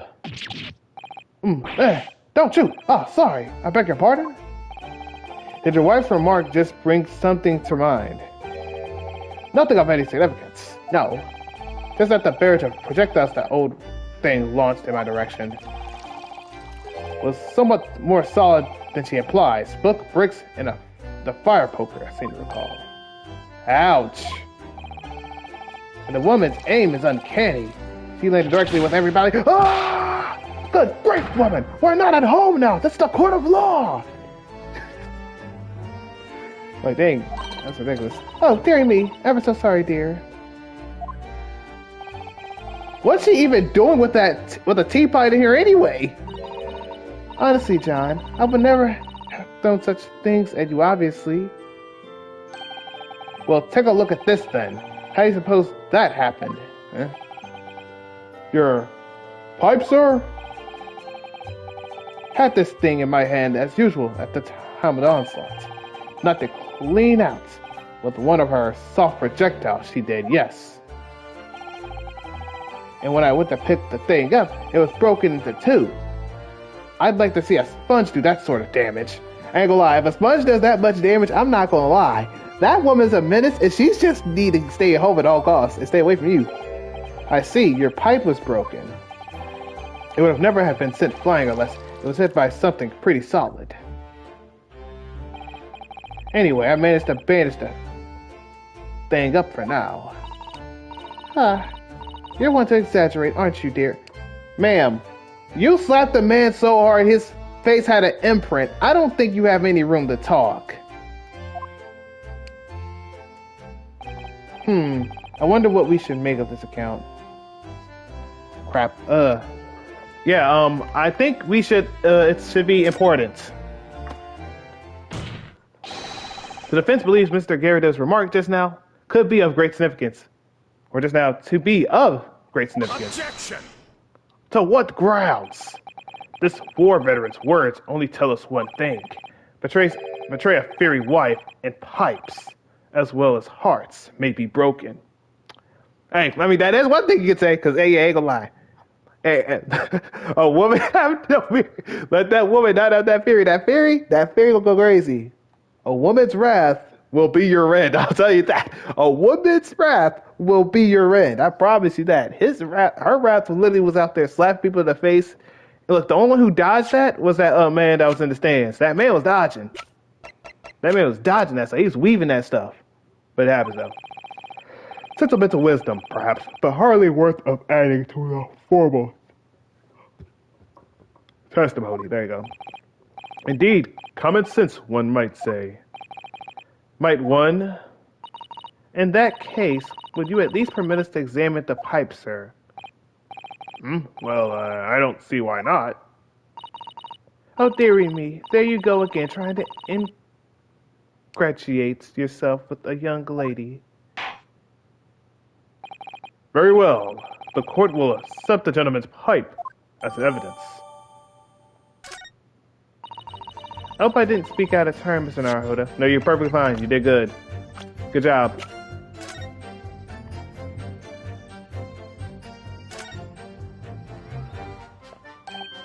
Oh, something just tinkled inside the chamber of the pipe there.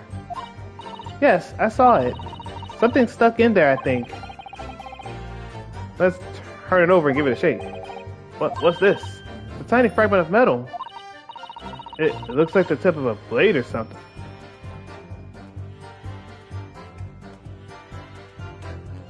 The blade isn't in her, it's literally in the... tip of the blade? Surely it couldn't be. So, how did it happen? I gotta see how this happened. Like, the knife said, doop, and it just, and then went to, what? Bro, nah, bro, come on.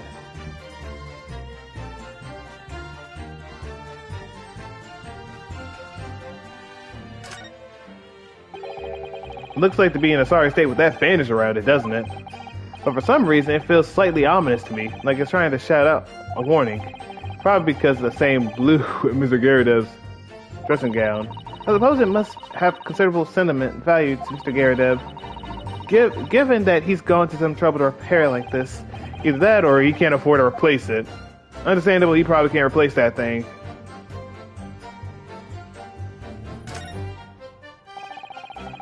There's a small nick of the bowl here. Look, it appears to have been made relatively recently. And see how there's little scrapes and dents over it? It's clearly a well-loved pipe. Yes, you're right. It seems to me recently that being well-loved goes hand in hand with getting battle scars. That particular nick is catch my eye though, because it's clearly new.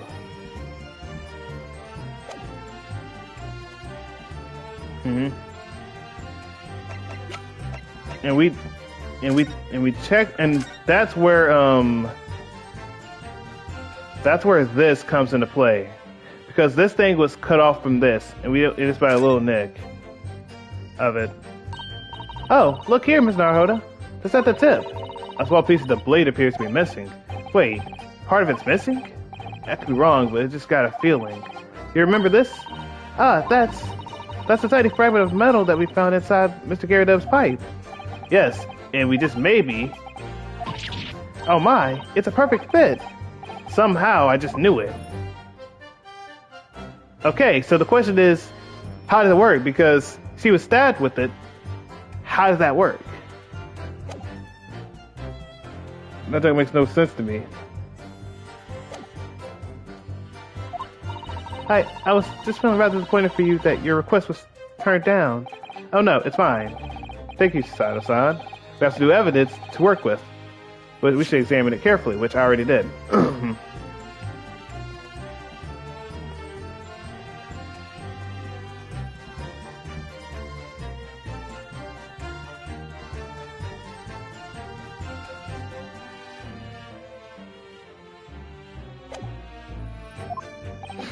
Well then, thank you for that rebuttal, Mr. Gyarados. Now, if we can return to the crux of the matter. What can you tell us about the knife that Hector used with them, okay?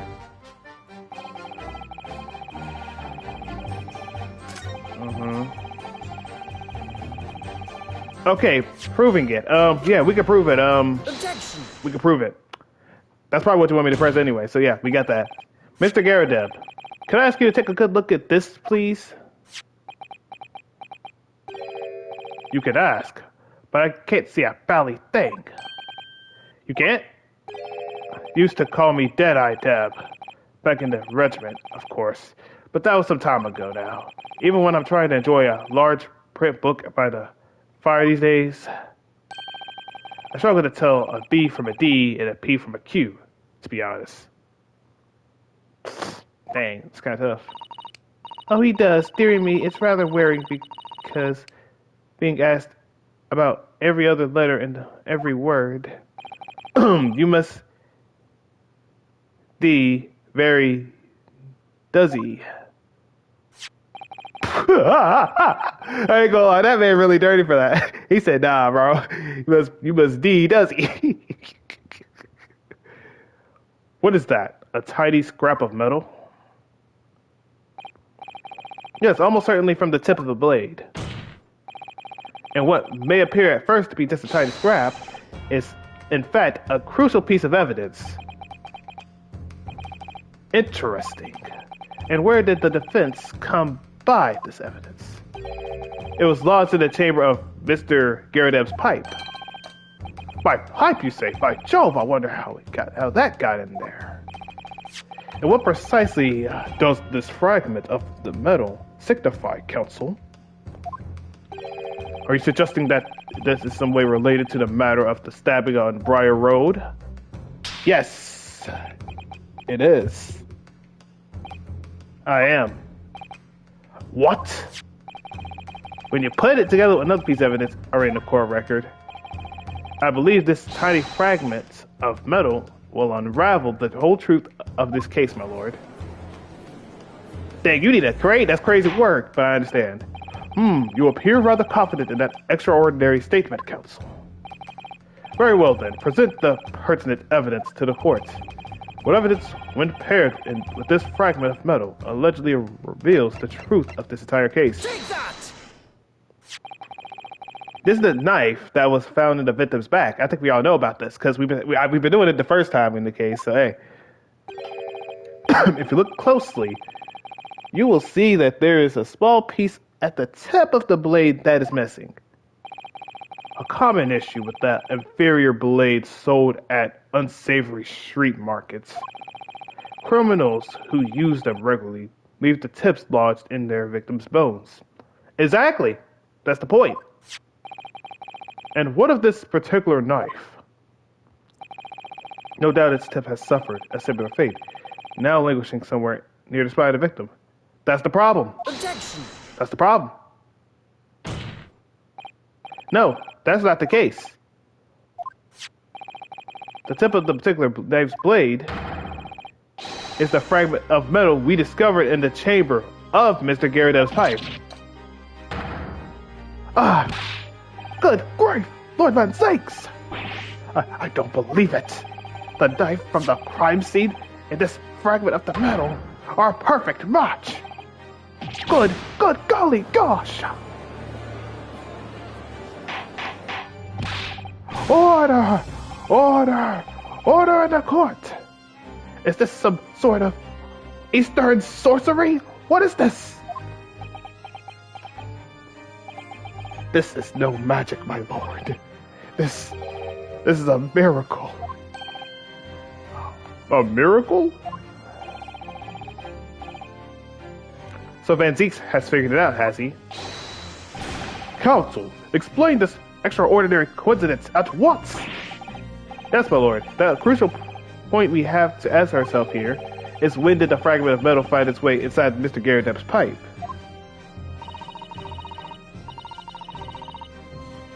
Something that was clarified for us in the most recent witness testimony. Had this thing in my hand as usual at the time of the onslaught.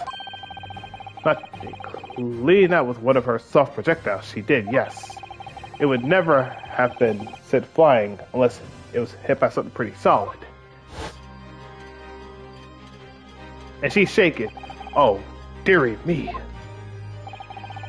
During the argument between the two that occurred just as the victim was on the pavement below, Mrs. Garridev flung this knife at her husband. However, the knife missed Mr. Garridev, instead striking the pipe in his hand at the time, which caused the tip to break off, of course. Good Lord! Yes, and that's when the tiny tip of the blade found its way to Mr. Garridev's pipe.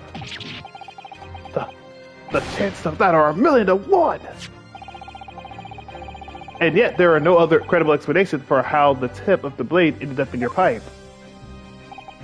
Then, after losing its tip, the knife ricocheted off the pipe and flew out the open window. In short, this knife, which fell from the window of the Garridev's house, is the very same knife that struck the victim in the middle of the back on the street below. Oh gosh, oh dear, oh. Yeah, they said no. Hey, look, congratulations. Objection!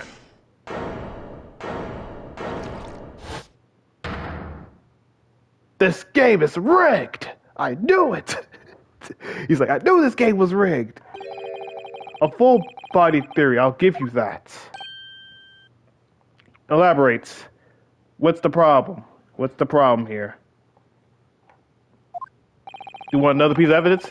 A complex bouquet of seemingly trivial points, plausible arranged to create an almost passable vintage.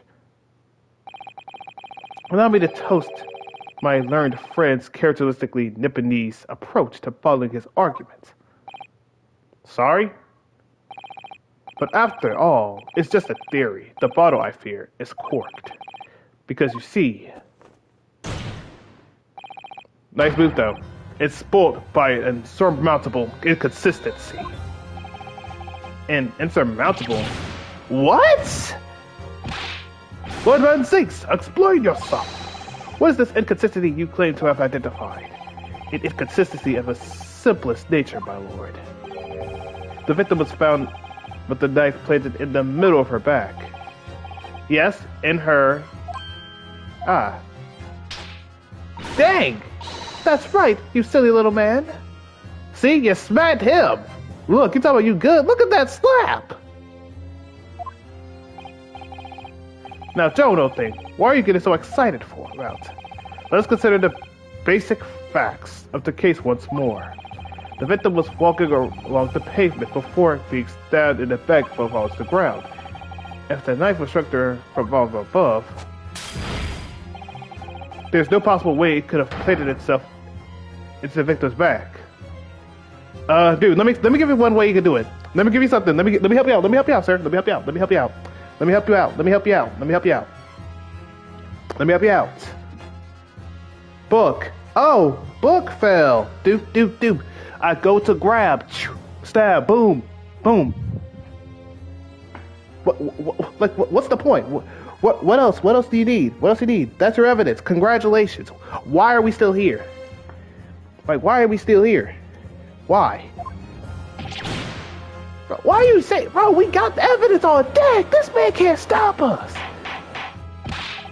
Order in the court. Quite right, you see. That's exactly right. If the knife had fallen on her from above, it would have struck her on the top of her head. Well, he's lost for words. Look. I knew it. I never liked his theory in the first place. I don't know, though. What really did happen? It would appear the defense has made a rather spectacular blunder. If a theory has even one inconsistency, it cannot stand.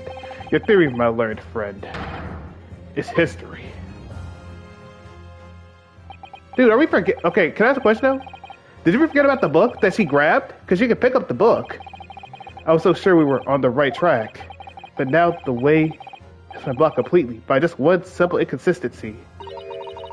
Or in other words, we simply need to eliminate that one inconsistency. And the theory will stand.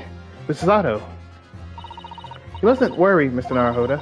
You were just caught off guard, that's all, and your mind went blank. But if the path you were on is indeed correct, then a way will present itself. And the key to this is in the court records, I'm sure. All information you need is in there.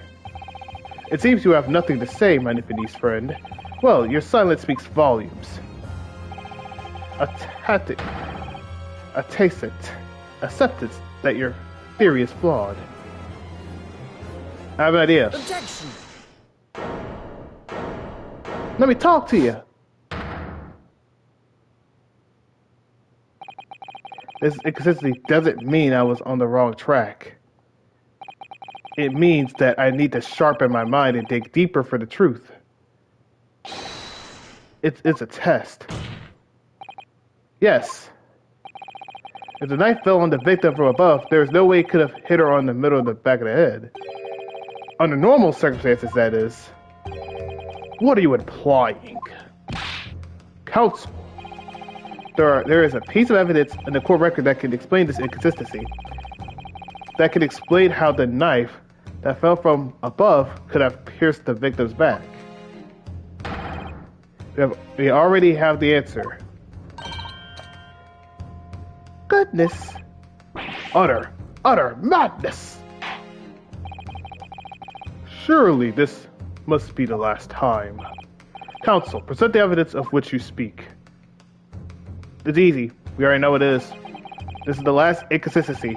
The final piece of the puzzle in the puzzle. If I can successfully make sense of this, the truth will be laid bare at last. The evidence that explains how the falling knife becomes lodged into the victim's back is the fourth book. Take that!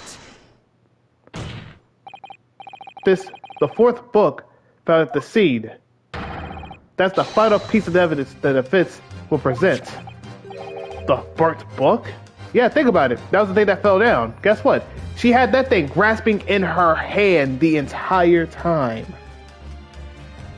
You don't think that has some evidence to do with it? It's not Mr. Garadub's book? Yes, and to understand significance, we have to consider how it came to be at the scene at the first place.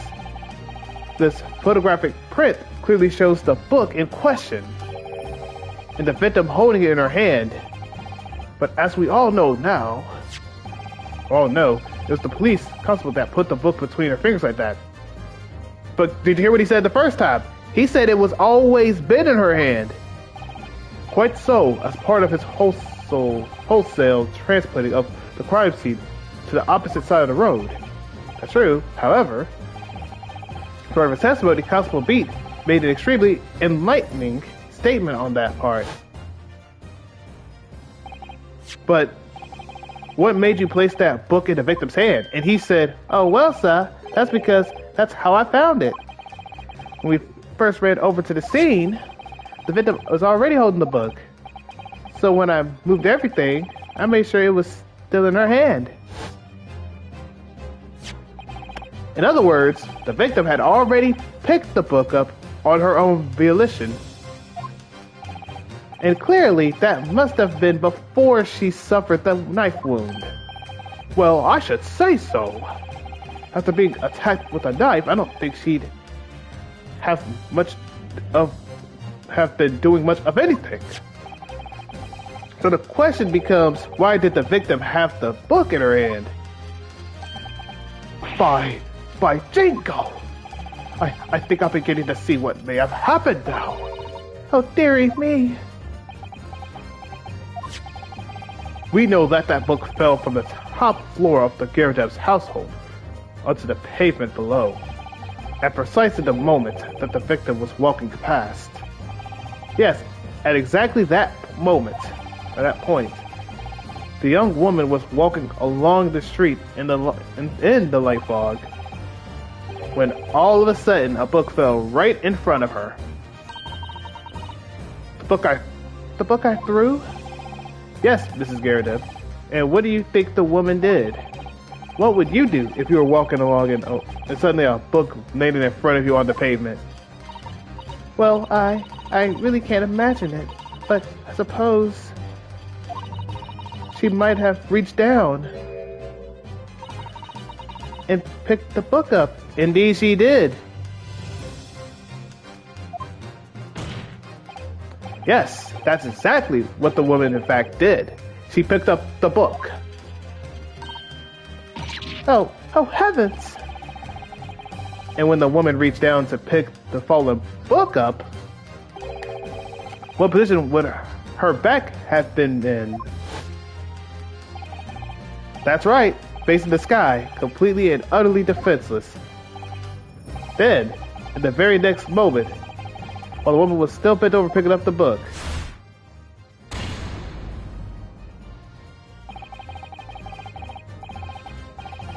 the next object fell from the room above, the jackknife, straight into the middle of her back. And at the same time, walking by chance directly behind Miss Green, was the defendant, Mrs. Osaki Natsume. Well, I never! Wait, hold up. Question. Do y'all not have, like the things that just scan to just see who has the knife and who's, like, the ballistics and stuff? Do you not have the ballistics? That's what you need. You need to go to the fair to get some ballistics if y'all can't get that right. But it appears to Mr. Natsume that the woman simply collapsed on the floor in the dark and the fog. He didn't see the knife falling on her from above. And from the other direction, the constable and his wife saw no one but the victim and her apparent attacker. So there was never a real culprit to run from the scene in the first place. No, this was nothing more than a series of unlikely events that culminated into an unfortunate accident. And that is the real truth behind this case.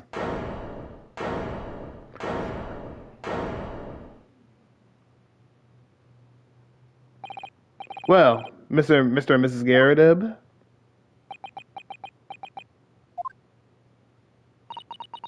the very first time you showed me that knife, I had my suspicions.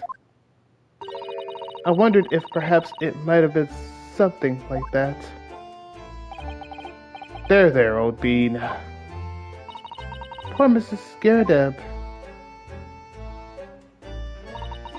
Of course, I never meant for anything of the sort to happen, but it was all my fault, wasn't it?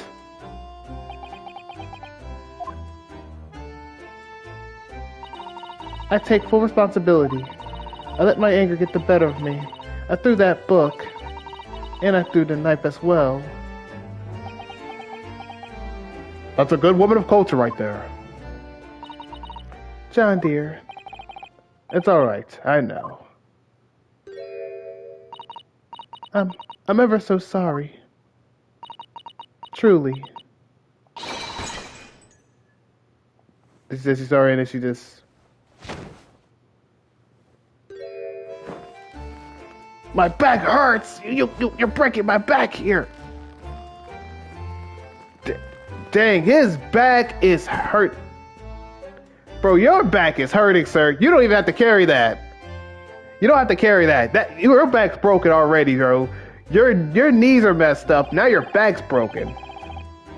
Lord Van Zeeks, what news of Mrs. Garrideb? She's been taken into the infirmary.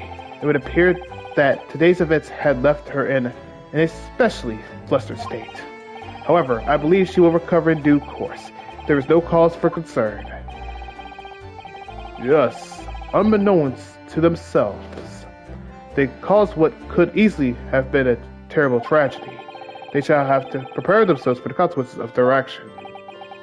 There is some good news, however, my lord.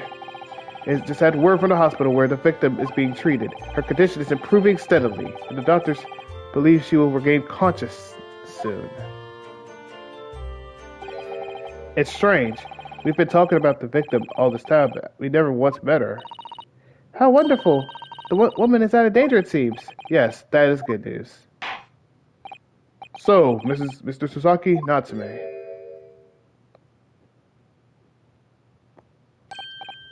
Oh, yes. On behalf of my fellow countrymen, I would like to take this opportunity to beg your pardon, sir. You came from your distant eastern homeland to study on, our great British culture, and have been repaid with unimmeasurable unkindness. Please accept our heartfelt apologies.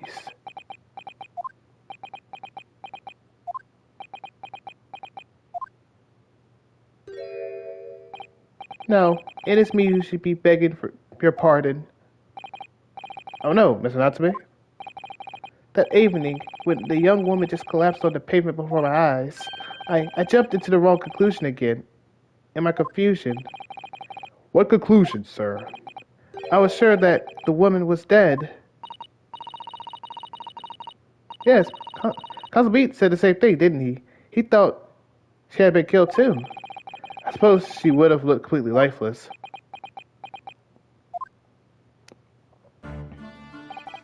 It's been about a year since I arrived at Great Britain now, but I still can't get used to life here. I can't relax. I'm sure there are evil spirits lurking in the fog, like they're haunting me. Poor Sasaki-san. His imagination really has gotten the better of him. Yes, poor man. So when it happened, I thought the young woman might have been taken by the fog spirits. I should have never dropped my books like that and ran away. I should have called for help, for a doctor, for the police. Instead, I've managed to create a rift in relationships of trust between our two empires. And for that, I am truly sorry.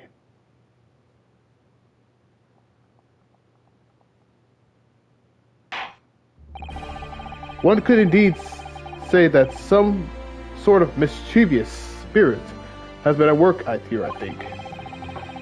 One that created a chain of unfortunate mishaps. We were befooled by this spirit and led to false conclusions. But thanks to Lord Van Zeeks and our young lawyer here from the east, the chain has now been broken and the spirit exorcised. I heartily commend you both. Oh. Now then, ladies and gentlemen of the jury. Yes, my lord. In concluding this trial, I must ask one last time for your decision regarding the defendant's culpability. Are you ready to present your findings to the court? As the foreman of the jury, I can assure you we've reached a fair and just conclusion. I do declare the truth can be extremely cruel at times. Well, I didn't suspect the woman next to me, that's for sure. Sitting in for the old bean while she's out of action, you know, but I know what her decision would be. Does that mean I'll finally be able to get out of here and start working? Well, it's about time. I say I'll have a corker of a story to tell my grandchildren when I get home, won't I? Very well. Ladies and gentlemen of the jury, I hereby demand your final decisions. Mr. Foreman. Not guilty. Not guilty. Not guilty. Not guilty. Not guilty. Not guilty. There we go. There you go. Wow. Perfect. Perfect. There you go. Very well. Mr. Sasaki Natsume, I hereby pronounce you not guilty. There you go. Well, yeah. Cook up in there. Yeah. Cook up in that thing. Yeah. And finally, Mr. Natsume. Oh, yes, Lord, yes. You are now a free man once more. It is my hope that you will continue to further your education in British culture. And may you never again be brought before me. Oh, yes, sir, of course. All my life, I swear I'll never set a foot in a courtroom again. I am transported to tears. Thank you, counsels. Court is adjourned. Sir, we were cooking. 25th February, 3:17 p.m. The Old Bailey Defendant's Antechamber. Oh, locum. Wait, you mean me? Of course! Is there another locum here? Is there even one? Compared to the original locum student, Mr. Naruhodo Esquire, your name has been rather short, hasn't it? What's wrong with using my actual name? Oh, at last! I'm free! I'm free! A joyful, joyous, jubilant jubilation! Heady, hearty happiness, hurrah! Oh, I'm pleased. Ms. Natsume is delighted. Would it be so hard just to say that then? Locum, you did it! You saved me from the brink! Well, what happened to the poor woman was in no way your fault after all. I'm just glad everyone can see that now. No, not that. Lovely, loyal, locum lawyer. Yes. I mean, as I said before, I just never got used to live life here in Great Britain. Every time I look over my shoulders, I see foreigners. I see towering brick buildings. And from high up windows, I see them looking down on me, laughing. Look at that little hunchback. Oh dear. I'm sure it's all in your head, Mr. Natsume. Well, Vortex indeed he is, man. I finally beat this case. But today, you local lawyer gave me gloom, the boot. You stood firm behind that baronial bench before all those babbling British folks like we need to get them out of here. You battled to the bitter end, laying bare to baffling truth. And when I beheld the blinding fireworks among the beams of the Bailey's roof, I bellowed, "Behold, the best barrister ever born!" Well, that's very flattering, and we're very pleased for you. You know, good job. This has given me a wonderful anecdote to recount to my old friends back in Japan. An anecdote? Is that what's become of all my hard work? I'm assuming this is Sherlock Holmes, though. Ah, there you are, my dear fellows. Indeed it is. I apologize for keeping you waiting. I rose late this morning. Yeah, the dude is definitely on something. He definitely is on something. Oh, Mr. Sholmes, what a pleasure to see you. I see I am here not a moment too soon. A disaster has been averted, I'm glad to say. Oh? The trial shall begin presently, Mr. Naruhodo, and I wish you the very best of luck. Who's gonna tell this man? Yeah, I ain't gonna lie, bro. You're so late to the point that I think we beat the trial, and you came at literally, I think, a minute late. You didn't even come into trial to see anything. I don't even think your friend did either. That's kind of crazy work. It's just finished. What? No! That my haste was in vain? Ah, it's you! Hairlock Sholmes! Oh, have we met, sir? Oh, dang. He said, bro, who are you? Who are you? You don't even know who you is. This is Mr. Natsume, the man you had arrested, Mr. Sholmes. I see. I failed to recognize you at first. Our previous encounters have taken place in the gloom, either of your blinking lodges or that prison cell. I simply couldn't place that curious face in the light. Charming. This is all your fault. Hairlock Sholmes! You're the reason I had to go through this terrible ordeal. I'm going to give you a piece of my mind. My apologies, sir, but I assure you, I have placed you now. Okay? You're the fellow who abandoned that poor young lady and ran off, are you not? Had she been taken to the hospital more urgently, I feel perhaps she would have regained consciousness by now. Oh. But it was unavoidable, I'm sure. We're but human after all. Anyone would have been shaken by such an experience. I hate this guy. I do feel very badly about how I behaved. Well, never mind. Now then, what was it that you wanted to say to me, sir? Put the dukes up. Nothing. Priceless. Oh, I am so sorry. Really, but that was quite priceless. Poor Sasaki-san. Still, on the bright side, you had an extremely entertaining experience without paying a penny. And if it would seem, you were not even found guilty. But there is no bright side. Whatever do you mean, Mr. Natsume? Even after this, you're what? I'm still cursed by the spirits and now by the Raper. Ah, Lord Van Zeeks. I haven't forgotten, you know, what facing that man in court means. Even if you're not found guilty, you're still doomed. It'll be alright, Mr. Natsume. If the Reaper appears trying to make trouble, I will protect you. What, with your Susanoo takedown? Bro, he has... it's like, he got the weird and, like, unnatural powers. Or supernatural powers at that. Like, I don't think you want to fight that. I don't think you want to fight that. Hiya! Oh, come on! With a perfectly executed Susanoo takedown. Much as I like being turned on my head, a bit of a warning might be nice next time, Busato.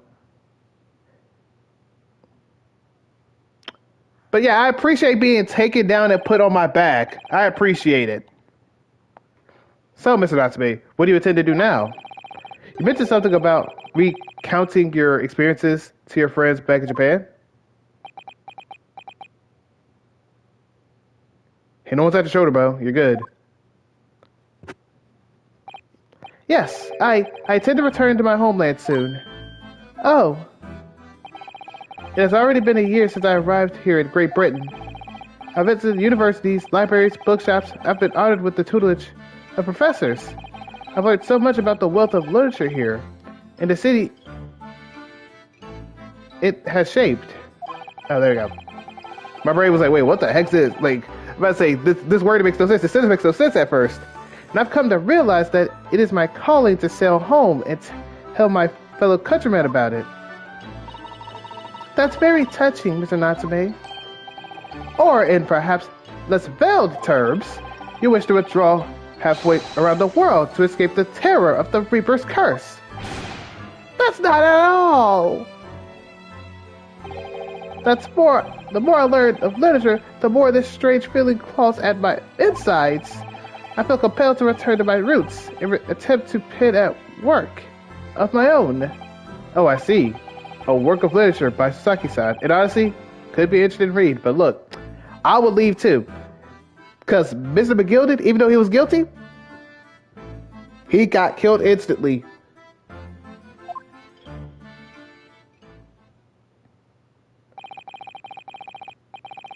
And what about Miss Susato and yourself, Mr. Naruhoda? Sorry, what about us? We returned to Japan alongside your mustached compatriot? Why would we? A week has not yet passed since we arrived at London. And only now does it feel as though we've finally found our feet. And you accommodated in a hotel at present, are you not? That's right, but we need to find lodgings before it bankrupts us. It calculated we could only afford 10 nights before our entire budget is exhausted. Well then, you could take my lodgings. Oh, the windowless room? Ah, but what it lacks is windows. It's more than makes up for with a floor and ceilings and the walls. Great. And of course, I'll be happy to leave behind the cursed evil spirit. Oh my, an evil spirit? Oh yes, it tries to suffocate you while you sleep. It's an infallibility, infallible? I think it's infallible, my bad. It's an infallible wake-up call. I had to read that in a second. But yeah, we're good. Well, think about it, if that's alright. I'm not trying to get cooked. I had to read it again in my own way. Perhaps I could offer a more welcome alternative. Would you consider taking lodgings with me? Really? Well, a vacancy has conveniently presented itself, though it is up in the attic, I might add. Are you sure it isn't just a storage loft?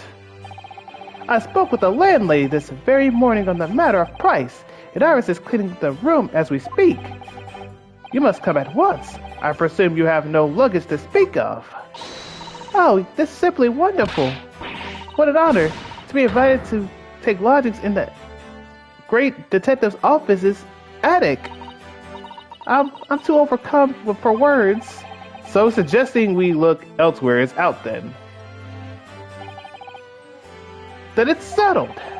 Iris will prepare a welcome dinner this evening. And you must come too, Mr. Natsume. I insist. I don't know what to say, but thank you. Yes. Wonderful. Then I'll go and complete the paperwork for your formal release, Mr. Natsume. It shan't take long. Somebody's happy.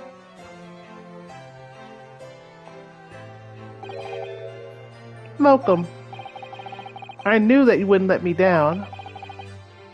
I'm truly delighted to have met you here in London. Likewise, Mr. Natsume. It's a privilege meeting you, too.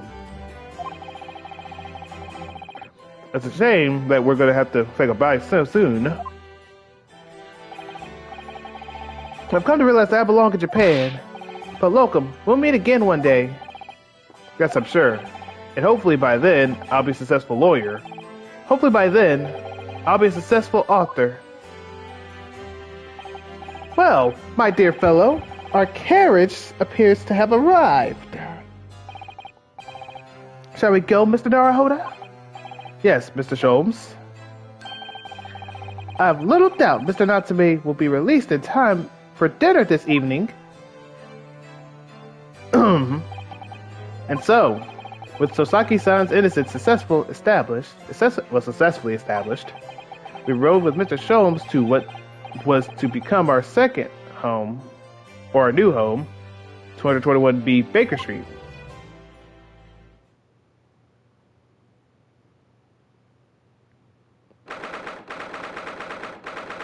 The 20th of February, 44:01 p.m., the attic room.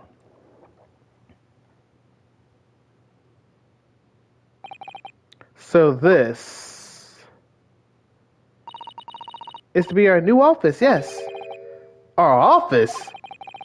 I rather like the sound of that. Me too. It's simply wonderful, isn't it? Well, we need some sleeping bags or something. We need some sleeping bags. I hope you can see this, Kazuma. It's only a small step. But I'd like to think we're getting a little closer to your dream now. And my dear fellows, do you like the place? Ah, Mr. Sholmes. Yes, thank you so much. Oh, he out there looking cool. He's like, yeah, I don't need the Sherlock Holmes gear. It's a delightful room, Mr. Sholmes. I simply adore it. Good. I'm pleased to hear it. Argus and I are delighted to welcome you. I hope everyone's hungry. It's nearly time for dinner. We'll eat as soon as Mr. Natsume arrives. We have a lot to celebrate. Iris, you must let me help you. Alright then, Susie, you can be in charge of the salad. Splendid. Yeah, they have fun with that. Now it's between me and him. So, Mr. Naruhodo, how does it feel to have your own office in the capital? It's very exciting, actually. I can't help wondering what adventures await us. Those were precisely my sentiments when I first established my offices at these premises. Until I discovered the dark truth about the city of London, that is. Sorry. London's a glorious place, full of wonder, opportunity, prosperity, and mirth. But the brightest of lights cast the darkest of shadows. Shadows? What do you mean? Well, I believe you are well aware of the murkiness that lies behind London's facade already. So once again, Mr. Naruhodo, welcome to London.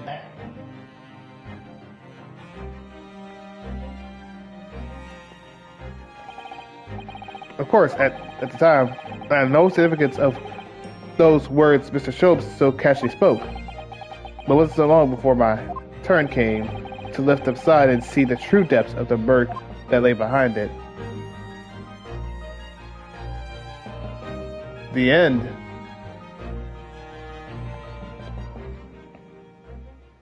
Landed in London.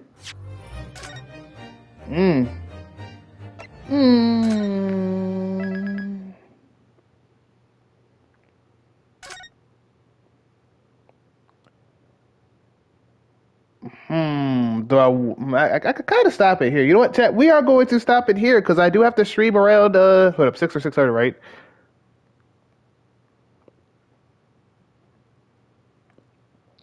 Let me see. I say 6 or 6:30. Let me look at it real quick. Yes, at 6 or 6:30. So yeah, y'all, we might stop it here. Look, perfect. Because now, when I do this game, I might do this, like, next week. Because I got to do stuff with Vortex. I got to, like, try to do the Avatar game. I got to try to help out Simpsons, all that other good stuff. So we're going to have to try and make something work with that. Because, look, y'all, I ain't going to lie. Because I think this trial going to be crazy. This trial might be crazy. I don't know yet. We're going to figure out around next week. It's going to probably be a Tuesday or a Monday. I'm not going to guarantee what day it might be. But whenever I get a free day or something to do this trial, we'll do it. Yeah, y'all, I will stop it here, and I will see y'all. I'm just save it just in case, because sometimes you don't double save it. It'll sometimes mess you up. Yeah, there you go. And then episode 5 will be this. And let me let y'all know, chat. The episode 5 will be that last chapter for this one, but there is another episode along with that. I'll let y'all know. We've done the first one, the second one, the third one, the fourth one. We just need to do the fifth one. But a lot of things can happen here. But yeah, y'all, we're going to stop it here. I will see y'all, well, people on the YouTube, y'all will see me around like maybe 10 or 11 p.m. Eastern time zone for the Gotham Knights. Me and Vortex are going to try and do that as well. But yeah, y'all, we're going to stop it here, and I will see y'all a little bit around 5 hours or so. Peace and love, y'all.